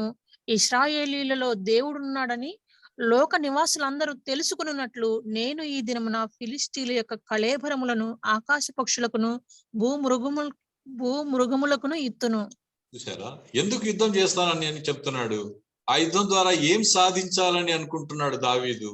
సౌలు కంటే నేను గొప్పవాణ్ణి, లేకపోతే ఈ దేశంలో నన్ను మించిన బలవంతుడు లేడు, నేనే రాజు కంటే గొప్పవాణ్ణి, లేకపోతే గొల్యాతు కంటే గొప్పవాణ్ణి అని నిరూపించడానికి దావీదు యుద్ధానికి దిగటం లేదు. ఏ సైన్యములకు అధిపతి అయిన యెహోవాను ఏ గొల్యాతు అయితే నిరాకరించాడో, తిరస్కరించాడో, హేళన చేశాడో, వాడిని నా చేతికి దేవుడు అప్పగిస్తాడు. ఇశ్రాయేలులలో సజీవుడైన దేవుడు ఉన్నాడనే విషయము భూలోకమంతా తెలుసుకోవాలి. మనకు తెలుసు దేవుడు మనతో ఉన్నాడని మనకు తెలుసు, మనలో ఉన్నాడని మనకు తెలుసు. మరి దావీదు యొక్క ఆశ ఏంటి? భూలోకం తెలుసుకోవాలి. మనకు దేవుడు ఉన్నాడని, మనలో దేవుడు ఉన్నాడని, మనతో దేవుడు ఉన్నాడని, దేవుడు మాత్రమే మనకున్నాడని లోకమంతటికి తెలియాలనేది దావీదు యొక్క ఆశ. అందు నిమిత్తమై నేను నీతో యుద్ధానికి వస్తానని చెప్తున్నాడు. అన్నట్టే గొప్ప విజయాన్ని దావీదు ఇశ్రాయేలులకు సాధించి పెట్టాడు. ఏ మాటలైతే మనకు ఇక్కడ సాధారణంగా కనపడుతున్నాయో అవి ప్రవచనాత్మకంగా మాట్లాడుతున్నాడు దావీదు. దేవుని యొక్క ప్రవక్తలాగా బాల్యము నుండే దావీదు ప్రవర్తించినట్టుగా మనకు అర్థమవుతుంది. తెలుసా మీకు? సమూయేలు 2 గ్రంథాల్లోను, రాజులు 2 గ్రంథాల్లోను, దినవృత్తాంతాలు 2 గ్రంథాల్లోను, కీర్తనల్లోను ఎన్ని ప్రవచనాలు చెప్పి ఉండొచ్చు దావీదు? ఊహించండి. అది చదివి నేను ఆశ్చర్యపోయాను. అందుకే మీకు చెప్పడానికి ఈ మాట అడుగుతున్నాను. ఈ 2 సమూయేలు గ్రంథాలు, 2 రాజుల గ్రంథాలు, 2 దినవృత్తాంతాల గ్రంథాలు, కీర్తనల గ్రంథాలలో కలిసి దావీదు చేసిన ప్రవచనాత్మకమైన విషయాలు సుమారుగా 327 ఉన్నట్టుగా బైబిల్ పండితులు గుర్తించారు. అది చాలా ఆశ్చర్యాన్ని కలిగింది. వాటిల్లో కొన్ని యేసు ప్రభుల వారి యొక్క జన్మ గురించి, ఆయన వేదనల గురించి, శిలువ మరణం గురించి, శ్రమల గురించి, పునరుద్ధానం గురించి కూడా ప్రవచనాత్మకంగా దావీదు మాట్లాడాడు. అలాంటి ప్రవక్తగా ఇక్కడ దేవుడైన యెహోవా పేరిట యుద్ధానికి వచ్చి వాడి తల నరికి వేస్తానని చెప్పాడు. ఆ యొక్క ప్రవచనం వెంటనే నెరవేరినట్టుగా మనకు చూస్తాం. కాబట్టి ఇశ్రాయేలీలో దేవుని వంటి వాడు ఎవరు లేరనేది ఒకటి, ఇశ్రాయేలీలకు యుద్ధంలో ఆయుధాల వల్ల విజయం రాదు, యెహోవా వలననే విజయం వస్తుందనే 2 విషయాలు లోకమంతటికి తెలియపరచడానికి ఈ యుద్ధం దావీదు చేసినట్టుగా మనకు అర్థమవుతుంది. కాబట్టి గొల్యాతు వంటి సాతానును మన దేవుడైన యేసు ప్రభుల వారు జయించాడు, తల నరికి వేశాడు. మనం భయపడవలసిన అవసరం లేదు. తర్వాత 4వది సౌలు. గొల్యాతును ఫిలిస్తీయులను హతం చేసిన తర్వాత విజయం సాధించిన దావీదు ఒక గోల్డ్ మెడల్ లాగా తాను నరికి చంపిన గొల్యాతు తలను తన చేత పట్టుకొని యెరూషలేముకి విజయ ప్రవేశం చేశాడు. ఆయన ప్రవేశిస్తూ ఉంటే ఆ ప్రజలందరూ ఇళ్ల మీద, మిద్దెల మీద, రోడ్డు ప్రక్కన నిలబడుకొని కేకలు వేస్తూ, చప్పట్లు కొడుతూ దానిని ఒక వేడుకగా, సంబరంగా సెలబ్రేట్ చేస్తున్నారు. అతన్ని ఆహ్వానిస్తున్నారు. స్త్రీలు సైతం పాటలు పాడుతూ, నాట్యమాడుతూ అతన్ని యెరూషలేముకు ఆహ్వానిస్తున్నారు. అప్పుడు స్త్రీలు పాడిన పాట ఏంటంటే, సౌలు 1000 కొలది చంపాడు, దావీదు 10,000 కొలది శత్రువులను చంపాడని వాళ్ళు పాటలు పాడి ఆయన్ను ఆహ్వానించారు. ఇక్కడ సౌలు యొక్క అహంకారం దెబ్బతింది. సౌలు యొక్క ఈగో హర్ట్ అయింది. రాజైన నాకు ఘనత ఇవ్వకుండా, ఆఫ్టర్ ఆల్ ఒక గొర్రెలు మేపుకుండే దావీదును పట్టుకొని 10,000 కొలది హతం చేశాడనే క్రెడిట్ వాడికి ఇస్తున్నారా అని దావీదు పైన సౌలు అసూయపడ్డాడు. విషపు చూపు నిలిపాడని వ్రాయబడింది. విషపు చూపు నిలిపాడు. అసూయ అనేది గమనించండి, ఒక భయంకరమైన పాపం. అది ఎవడు కలిగి ఉంటాడో ఆ పాపం వాడినే హరించి వేస్తుంది. ఆ పాపం వాడినే నాశనానికి నడిపిస్తుంది. దానికి బెస్ట్ ఎగ్జాంపుల్ సౌలే. అంతకంటే బెస్ట్ ఎగ్జాంపుల్ ఫరో కూడా మనకు కనబడతాడు. సౌలు తాను నాశనం కావడమే కాకుండా తన కుటుంబాన్ని కూడా నాశనానికి గురి చేసినట్టుగా మనకు అర్థమవుతుంది. ఫరో కూడా అలాగే తాను నశించిపోవడమే కాకుండా యావత్తు ఐగుప్తును నాశనం వైపుకు నడిపించాడు. ఈ రెండింటికి, ఈ ఇద్దరిలో కలిగిన మొట్టమొదటి బేసిక్ సిన్ ఏంటంటే అసూయ. ఇశ్రాయేలీయుల పట్ల ఐగుప్తు రాజైన ఫరో అసూయపడ్డాడు. ఇక్కడ గొర్రెల కాపరి అయి ఉండి గొల్యాతును చంపిన దావీదు పైన ప్రజలందరూ ప్రశంసలు కురిపిస్తూ ఉంటే ఈ యొక్క రాజైన సౌలు కూడా అసూయపడుతున్నాడు. దేవుడు దావీదుకు తోడయుండుట చూచి సౌలు భయపడ్డాడు. బహుగా భయపడ్డాడని రాయబడింది. చూడండి, సమూయేలు మొదటి గ్రంథంలోనే 18వ అధ్యాయం 13వ వచనం చూడండి. కాబట్టి సౌలు అతని తన యొద్ద నుండనీక సహస్రాధిపతిగా చేసెను. అతడు జనులకు మొదటి యెహోవా తనను విడిచి దావీదునకు తోడయుండుట చూచి సౌలు దావీదునకు భయపడెను. చూసారా, దావీదుకు భయపడుతున్నాడు. ఒక గొర్రెల కాపరికి ఒక రాజు భయపడుతున్నాడు. మామూలుగా రాజుకు గొర్రెల కాపరి భయపడాలి, రాజుకు ప్రజలు భయపడాలి. అయితే ఒక రాజుకు గొర్రెల కాపరి భయపడవలసిన పని లేదు. ఎప్పుడు అతనికి యెహోవా తోడై ఉండిను. సౌలుకు అప్పటికే అర్థమైంది, యెహోవా తనను ఎడబాసెనని, దావీదుకు తోడై ఉన్నాడు దేవుడు అనేది అతనికి అర్థమైన తర్వాత అతను దావీదుకు భయపడుతున్నట్టుగా కనబడుతుంది. అలాగే 18వ అధ్యాయంలోనే 15వ వచనం కూడా చూడండి. దావీదు మిగుల సుబుద్ధి గలవాడై ప్రవర్తించుట సౌలు చూచి మరి అధికముగా అతనికి భయపడెను. మరీ అధికంగా భయపడతా ఉన్నాడు. దావీదు యొక్క సుబుద్ధిని చూసి, అతడు ఎక్కడికి వెళ్ళినా పని చేసుకొచ్చే తీరును చూసి, అతని వ్యక్తిగతమైన దేవునికి భయపడే జీవన విధానాన్ని చూసి సౌలు దావీదుకు మరీ ఎక్కువగా భయపడతాడు. సరే, అతన్ని సంహరించాలని ప్రయత్నం చేశాడు. అతని కుమార్తె అయిన మేరబునిస్తానని మొదట ప్రమాణం చేశాడు. అయితే అతన్ని అవమానపరుస్తూ ఆ మేరబునివ్వకుండా వేరే వాడికి ఇచ్చి పెళ్లి చేశాడు. తర్వాత రెండవ కుమార్తె అయిన మీకాలును అతనికి ఇచ్చి పెళ్లి చేసి అల్లుణ్ణి చేసుకొని ఎలాగైనా సరే అతన్ని చంపాలని ప్రయత్నం చేశాడు. బయట ఉంటే చంపడానికి వీలు కాలేదు కాబట్టి కుమార్తెనిచ్చి ఇంట్లోకి అల్లునిగా ఆహ్వానించి అక్కడ చంపాలని ప్రయత్నం చేశాడు. అనేక సార్లు ఈటలు విసిరాడు, వెంబడించాడు, వేటాడాడు. ఒక జంతువును వేటగాడు ఎలా వెంబడిస్తాడో వేటాడుతాడో అలా వేటాడాడు. తన పరిపాలన అంతా గాలికి వదిలేశాడు, ప్రజల క్షేమాన్ని గాలికి వదిలేశాడు. తన సింహాసనం మీద మాత్రమే దృష్టి పెట్టాడు. దావీదును చంపడం మీద మాత్రమే దృష్టి పెట్టి అడవులన్నీ గాలిస్తూ తిరుగుతుంటే దావీదును పట్టుకోలేకపోతున్నాడు సౌలు. ఎంత ప్రయత్నం చేసినా సౌలు దావీదును పట్టుకోలేకపోయాడు. ఎందుకు పట్టుకోలేకపోయాడు చూస్తారా? అది చూడండి, గమనించండి. 23వ అధ్యాయం 14వ వచనాన్ని చూడండి. సమూయేలు గ్రంథం 23వ అధ్యాయం 14వ వచనం. అయితే దావీదు అరణ్యంలోని కొండ స్థలముల యందును జీపు అను అరణ్యమున ఒక పర్వతమందులో నివాసం చేయుచుండెను. సౌలు అనుదినము అతని వెతికినను దేవుడు సౌలు చేతికి అతనిని అప్పగింపలేదు. చూసారా, ప్రతి దినం వెతుకుతున్నాడంట. రాజు చేయాల్సిన పని ఏంటి? రాజు రాజరికం చేయాలి, రాజు రాజ్య పరిపాలన చేయాలి, ప్రజల యొక్క సంక్షేమం కొరకు పథకాలు వేయాలి, లేకపోతే పనులు చేపట్టాలి. అవన్నీ గాలికి వదిలేశాడు సౌలు. వదిలేసి అనుదినము ఇతని చర్య డ్యూటీ ఏంటంటే దావీదుని ఎట్లయినా సరే పట్టుకోవాలి, చంపేయాలి. వాడిని చంపితే తప్ప నా సింహాసనం నాకు శాశ్వతంగా ఉండదు అనే ఒక భయం పట్టుకున్న కారణం చేత ప్రతి దినము సైనికులు వెంటేసుకొని ఉదయాన్నే డ్యూటీకి పోయినట్టు. గవర్నమెంట్ ఉద్యోగం చేయడానికి ఉద్యోగస్తులు ఎలా వెళ్తుంటారో డ్యూటీకి, ఇతను తన సైన్యాన్ని తీసుకొని గుర్రం ఎక్కి అడవులన్నీ గాలిస్తున్నాడు. అయితే కూడా దావీదును పట్టుకోలేకపోయాడు. దాని రహస్యం ఏంటో మనం ఇందాక చదివాము. దేవుడు అతనిని సౌలుకు అప్పగించలేదు. గమనించారా? దేవుడే మనల్ని కాపాడితే ఇంకా మనకు హాని చేసేవాడేవాడు? మన ప్రాణహాని మనం భయపడాల్సిన అవసరం లేదు. ఇప్పుడు మన పరిస్థితి కూడా అంతే. మన ప్రభువు రక్షకుడైన యేసుక్రీస్తు మన కొరకు ప్రాణం పెట్టి మనల్ని కాపాడుతూ ఉంటే, మనల్ని సాతానుకు అప్పగించకపోతే మనకు హాని ఎవరు చేస్తారు? మనం భయపడవలసిన అవసరం లేదు. అయితే చాలా సార్లు మనం భయానికి, ఆందోళనకు గురైపోతున్నాం.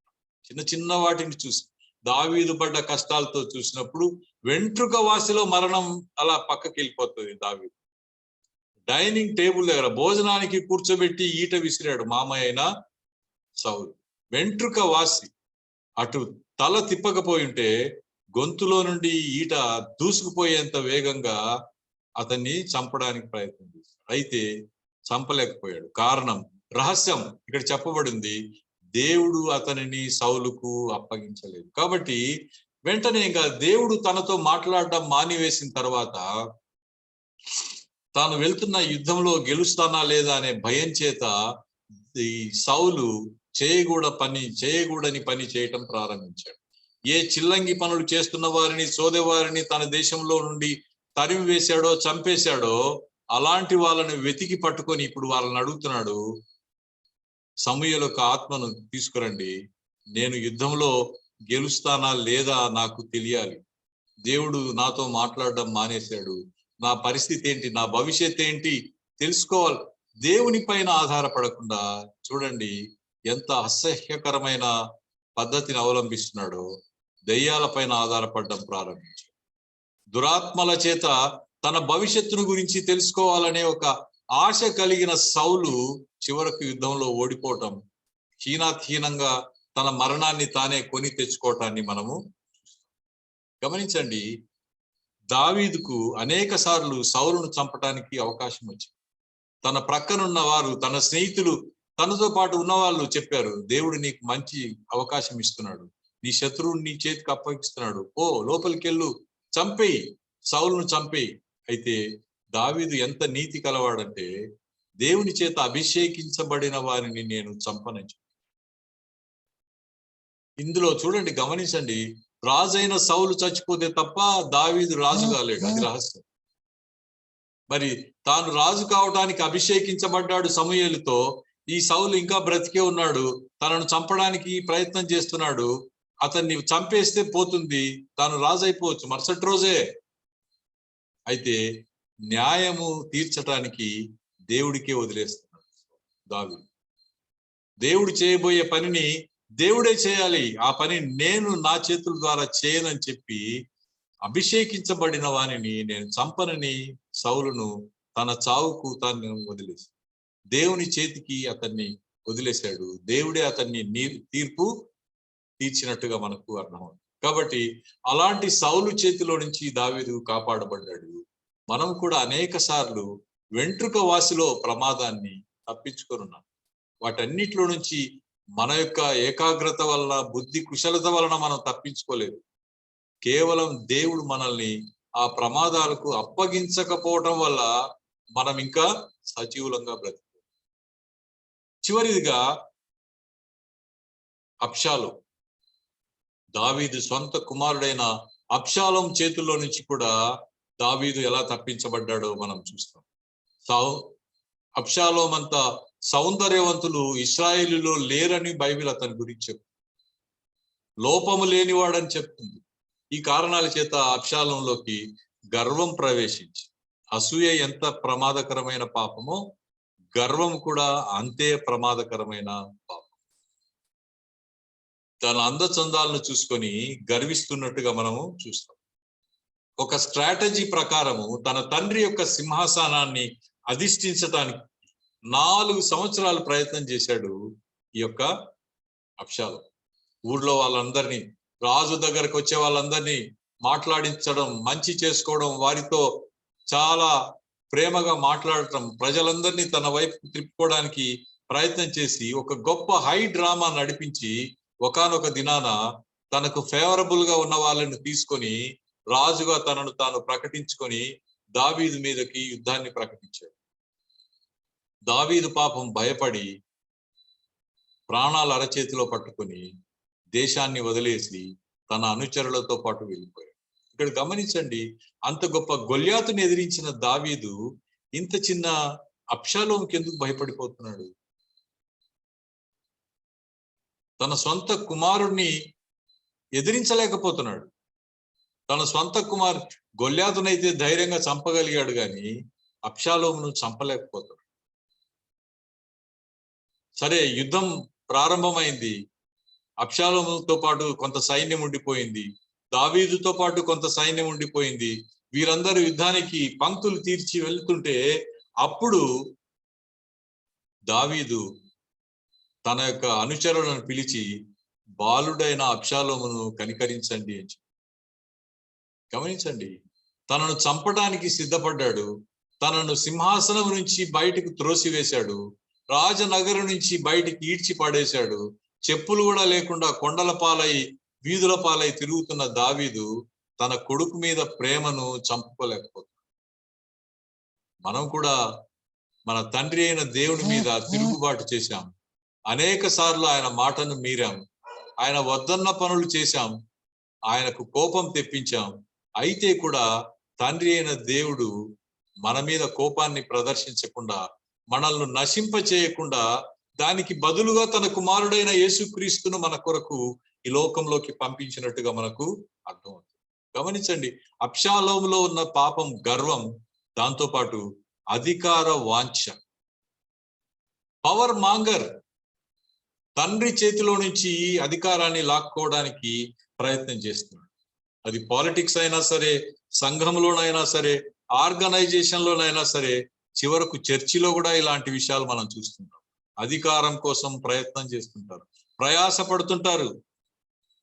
అఫ్ కోర్స్ చంపుకోవడాలు లేవు, కానీ అనేక రకాలైన స్టాబింగ్స్, మోరల్ స్టాబింగ్స్ మనం చూస్తాం, క్యారెక్టర్ అసాసినేషన్స్ మనం చూస్తాం. ఇవన్నీ అబ్షాలోములో కలిగిన పాపాలు లాంటివి. అధికారం చేపట్టుకోవాలని, తమ యొక్క ఆధిపత్యాన్ని ప్రదర్శించాలని అనేక చోట్ల మనం చేసే ప్రయత్నమే ఈ యొక్క అబ్షాలోము కూడా తన ఇంట్లో చేశాడు. అధికారం, జాగ్రత్తగా గమనించండి, అధికారం కావాలనేది సాతాను యొక్క వాంఛ. పరలోకంలో సాతాను చేసిన పని అదే. దేవుని యొక్క సింహాసనాన్ని అధిష్ఠించాలనుకున్నాడు, దేవుని యొక్క అధికారం తనకు కావాలని కోరుకున్నాడు. దాని ఫలితంగా పరలోకంలో నుంచి త్రోసివేయబడ్డాయి. అదే పాపమే ఇప్పుడు మనతో కూడా చేయించడానికి సాతాను ప్రయత్నం చేస్తాడు. పరలోకంలో తాను చేసిన పనే చర్చిలో మనతో కూడా చేయిస్తుంటాడు, ఆర్గనైజేషన్స్ లో మనతో కూడా చేయిస్తుంటాడు, లేకపోతే మనం పని చేస్తున్న చోట్ల మనతో కూడా చేయిస్తుంటాడు. మన ఆధిపత్యాన్ని మనం నిలబెట్టుకోవాలని, మన అధికారాన్ని మనం కాపాడుకోవాలని, మనం అందరికంటే గొప్ప వాళ్ళమని నిరూపించుకోవాలని మనల్ని ప్రేరేపిస్తుంటాడు. గమనించండి, యేసు ప్రభు అయితే తండ్రితో ఉండటం విడిచిపెట్టకూడని భాగ్యమని ఎంచుకొనకుండా ఆయన దీనుడై, దరిద్రుడై, ఒక సామాన్యమైన మానవుడై తన అధికారాన్నంతా వదిలేసి లోకంలోకి వచ్చేసాడు. దేవుడి యొక్క హృదయం అలాంటిది, సాతాను హృదయం ఇలాంటిది. చూడండి, దేశం వదిలి స్నేహితులతో పారిపోతున్నాడు. అలాంటి సందర్భంలో సౌలు బంధువైన షిమి అనేవాడు వచ్చి దుమ్మెత్తి పోస్తూ దావీదును నానా మాటలు అంటున్నాడు. అప్పుడు కూడా ప్రక్కనున్న వాళ్ళు దావీదుతో చెప్తున్నారు, నువ్వు ఒక మాట సెలవిచ్చు, ఈ షిమి అనేవాడిని మేము నరికి పోగులు పెడతాం. అప్పుడు దావీదు అంటున్నాడు, వదిలేయండి, వాడి చేత దేవుడు నన్ను అలా మాట్లాడించాలని దేవుడే అతనికి అనుమతిస్తున్నప్పుడు వదిలేయండి. నా స్వంత కుమారుడే నన్ను ఇంట్లో నుంచి తరిమి వేసినప్పుడు, దేశం నుండి తరిమి వేస్తున్నప్పుడు ఎవడో వీడితో నాకు పాలేంటి అని దావీదు యేసు ప్రభుల వారి యొక్క శిలువ మీద మాట్లాడిన మాటలను జ్ఞాపకం చేస్తాడు. తండ్రి, వీరేం చేయుచున్నారో వీరెరుగరు గనుక వీరిని క్షమించు. చూసారా, షిమీని క్షమిస్తున్నాడు. తన ప్రాణం మీదికి తీసుకొని వచ్చిన అబ్షాలోమును క్షమిస్తున్నాడు దావీదు. ఇది యేసు ప్రభుల వారి యొక్క రాబోయే సంవత్సరాల్లో, 1000 సంవత్సరాలు, 1200 సంవత్సరాల తర్వాత రాబోయే యేసు ప్రభు యొక్క హృదయాన్ని దావీదు ఆవిష్కరిస్తున్నట్టుగా మనకి ఇక్కడ అర్థమవుతుంది. చివరకు తండ్రి ఉపపత్నులతో మిద్దెల మీద పాపం చేసి అహీతోపెల్ అనేవాడి యొక్క ఆలోచన దేవుడు వ్యర్థం చేసిన తర్వాత యుద్ధం ఆరంభం కావటం, యుద్ధంలో అబ్షాలోము ఏ వెంట్రుకలైతే చూసి గర్వపడ్డాడో, ఏ అందం అయితే చూసి గర్వపడ్డాడో, ఆ వెంట్రుకలు మస్తకి వృక్షానికి తగులుకొని వేలాడుతుంటే బాణం చేత చంపబడి ఒక గొయ్యిలో వేయబడి రాళ్లతో పూడ్చిపెట్టబడినట్టుగా మనము చూస్తాం. తిరిగి దావీదు తన యొక్క రాజధానికి, తన యొక్క సింహాసనానికి, తన యొక్క అధికారానికి చేరి వచ్చినట్టుగా మనము చూస్తాం. గమనించండి, చివరిగా నేను ముగింపులోకి తీసుకొని వస్తాను. చివరిగా ఒక ప్రశ్న అడుగుతాను, ఇంతకు మనం ఎవరితో పోరాడుతున్నాం? సింహంతోనా, ఎలుగుబంటితోనా, లేకపోతే గొల్యాతుతోనా, సౌలుతోనా, అబ్షాలోముతోనా? గమనించండి, దావీదు ఎక్స్టర్నల్ ఫోర్సెస్ తో పోరాడాడు, మనం ఇంటర్నల్ ఫోర్సెస్ తో పోరాడాడు. గమనించండి, ఎఫెసీలకు రాసిన పత్రిక 6వ అధ్యాయం 12వ వచనాన్ని చూడండి.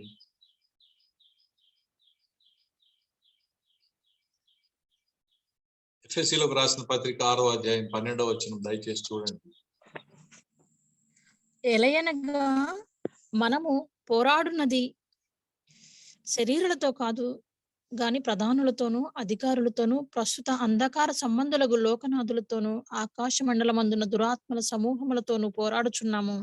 చూసారా, మనం ఎవరితో పోరాడుతున్నామో పౌలు చెప్తున్నాడు ఇక్కడ. మనం శరీరులతో పోరాడడం లేదు, చీకటి అంధకార శక్తులతో. అంటే మనకు కనిపించని ఇన్విజిబుల్ ఫోర్సెస్, విజిబుల్ ఫోర్సెస్ తో కాకుండా ఇన్విజిబుల్ ఫోర్సెస్ తో ఇంటర్నల్ గా మనం పోరాడుతున్నాం. ఆ పోరాటం ఎవరితో చేస్తున్నామో ఒక మాట మనం జ్ఞాపకం చేసుకొని ముగించుకున్నాం. గొల్యాతు గర్వంతో అహంకారంతో నింపబడ్డాడు. ఆ అహంకారం గర్వం మనలో కూడా అప్పుడప్పుడు మేల్కొంటూ ఉంటది. మనలో కూడా గొల్యాతు ఉన్నాడు, అయితే నిద్రపోతా ఉంటాడు. ఎప్పుడో ఒకసారి మేల్కుంటాడు. అప్పుడు మనం గొల్యాతు కంటే అహంకారాన్ని ప్రదర్శిస్తాం.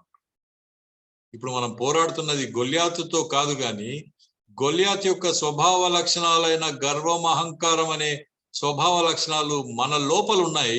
వాటితో మనం పోరాడుతున్నాము. అప్పుడప్పుడు బయటకు వస్తుంది ఈ యొక్క గొల్యాతు. వాడితో మనం పోరాడాలి. సౌలు యొక్క అసూయ పేరుతో సౌలు దావీదుతో ముఖాముఖిగా పోరాడాడు.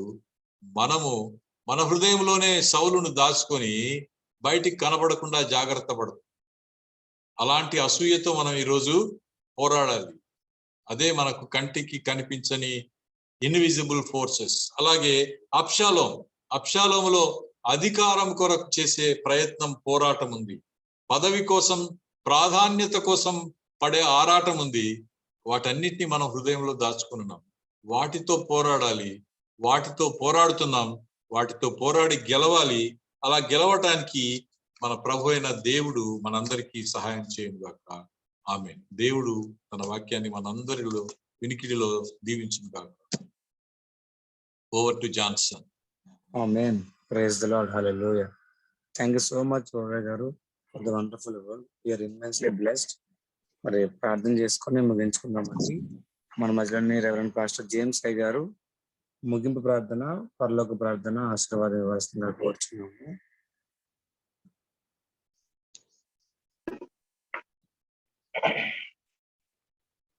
ప్రేమగల తండ్రి, పరిశుద్ధుడైన దేవ, మీకు స్తోత్రములు, వందనాలు చెల్లిస్తున్నాం. ఈరోజు మాతో దావీదు జీవితంలో నుండి, ఆ చరిత్రలో నుండి ఎన్ని గొప్ప లోతైన ఆత్మీయ సత్యములను మాకు నేర్పించున్నారు తండ్రి. దావీదు బాలుడిగా గొర్రెలను కాచుకొనుచున్న స్థితి నుండి ఇశ్రాయేలు ప్రజలకు రాజుగా చేసి ఉన్నాం. అతడు 5 సార్లు మరణాపాయంలో నుండి తప్పించబడినట్టుగా సేవకులు చూపించారు. సింహము నోటి నుండి, ఎలుగుబంటి నోటి నుండి, గొలియాతు నుండి, సౌలు నుండి, అబ్షాలోము నుండి. ప్రభువా, అక్కడగా తండ్రి, మాకు కూడా పోరాటములు ఉన్నవి. కొన్నిసార్లు గర్వం, అసూయ, అధికార వాంఛ, సేవ చేస్తున్నా లేక పరిచయం చేస్తున్నా, నీ బిడ్డలంగా ఉన్నా, ఇవి అప్పుడప్పుడు మాలో కనపడతా ఉన్నాయి. వీటిని ఈ అంతరంగ స్వభావంలో ఇటువంటి స్వభావాలని మేము జయించుటకునైనా ఈ పరిశుద్ధాత్మ శక్తిని కృపను మాకు దయచేది. నిజంగా దావీదును సౌలు చేతిలో పడకుండా ఎలాగన అప్పగించలేదో లేక తప్పించావో, మమ్మల్ని కూడా తప్పిస్తావన్నావు తండ్రి. ఈ దుష్టుడైన సాతాను చేతిలో పడకుండా, లేక అలాగనే ఇటువంటి దుష్ట స్వభావములకు లోబడిపోకుండానైనా మాకు అనేక సార్లు తప్పిస్తున్నావు. అయితే ఆ స్వభావాలను మాలో నుండి పూర్తిగా తొలగించుకోవడానికి, దేవా, వాటిని జయించడానికినైనా నీకు లోబడి అపవాదన జయించడానికి, అపవాదన ఎదిరించడానికి నీ కృప చూపిస్తున్నందుకే నీకు వందనాలు. ఈ రోజున్న వాక్య సందేశము ద్వారా మా ఆత్మలు ఎంతో బలపడి ఉన్నామని నీకు వందనాలు.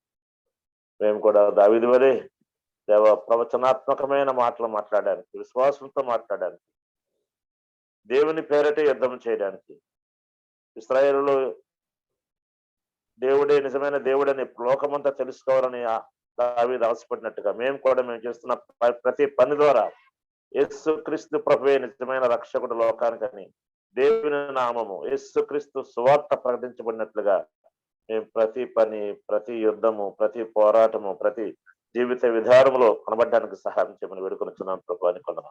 ఈరోజు వాక్యం అందించిన సేవకుని ఇంకా నువ్వు బలపరిచి వాడుకోనండి. అలాగనే విన్న వారందరిని కూడా మీరు దీవించావు, ఇంకా నువ్వు దీవించావు, ఆత్మీయంగా అభివృద్ధి చేయండి. మీకే మహిమ చెల్లిస్తున్నాను మా తండ్రి, నీ కొందనాలు. దినమంతా మాతో ఉండి మమ్మల్ని నడిపించండి. మహిమయు ఘనతయు ప్రభావమును మీరు పొందండి. యేసు పరిశుద్ధ నామములో ప్రార్థించి వేడుకొనిచున్నాను మా తండ్రి, ఆమేన్. పరలోకమందున మా తండ్రి, నీ నామము పరిశుద్ధపరచబడును గాక, నీ రాజ్యము వచ్చును గాక, నీ చిత్తము పరలోకముందు నెరవేరుచున్నట్లు భూమి యందును నెరవేరును గాక. మాకు కావలసిన అనుదిన ఆహారము నేడు మాకు దయచేయండి. మా ఎడల అపరాధములు చేసిన వారిని మేము క్షమించి ఉన్న ప్రకారం మా అపరాధము క్షమించి మమ్మలను శోధనలను తేక కీడు నుండి తప్పించుము. ఎందుకనగా రాజ్యము, శక్తియు, మహిమయు నిరంతరము నీవే ఉన్నవి మా తండ్రి, ఆమేన్. ఇప్పుడు మన తండ్రి అయిన దేవుని ప్రేమ, మన ప్రభు అయిన యేసు క్రీస్తు వారి యొక్క కృప, పరిశుద్ధాత్మ యొక్క అన్యోన్య సహవాసం మనందరికీ తోడైంది. వాక్యము ద్వారా ఇంకను బలపరచబడుతూ ఆయన రాజ్య వ్యాప్తిలో దేవుడు చేత వాడబడుతూ దేవునికి మహిమ తెచ్చే కుమారులుగా, కుమార్తెలుగా మనలందరినీ ప్రభు దీవించును గాక. ఆమేన్. ఆమేన్. ఆమేన్. హల్లెలూయా. Praise the Lord. Thank you so much అయ్య గారు. ఈ రోజు మీ అందరికీ వందనాలండి. మరొకసారి దేవుని సేవకులు సురేష్ బాబు అయ్య గారికి వందనాలు చెల్లిస్తున్నాము. తిరిగి రేపటి దినాన్ని మనం కలుసుకుందాము. Have blessed day. Thank you all. Thank you so much.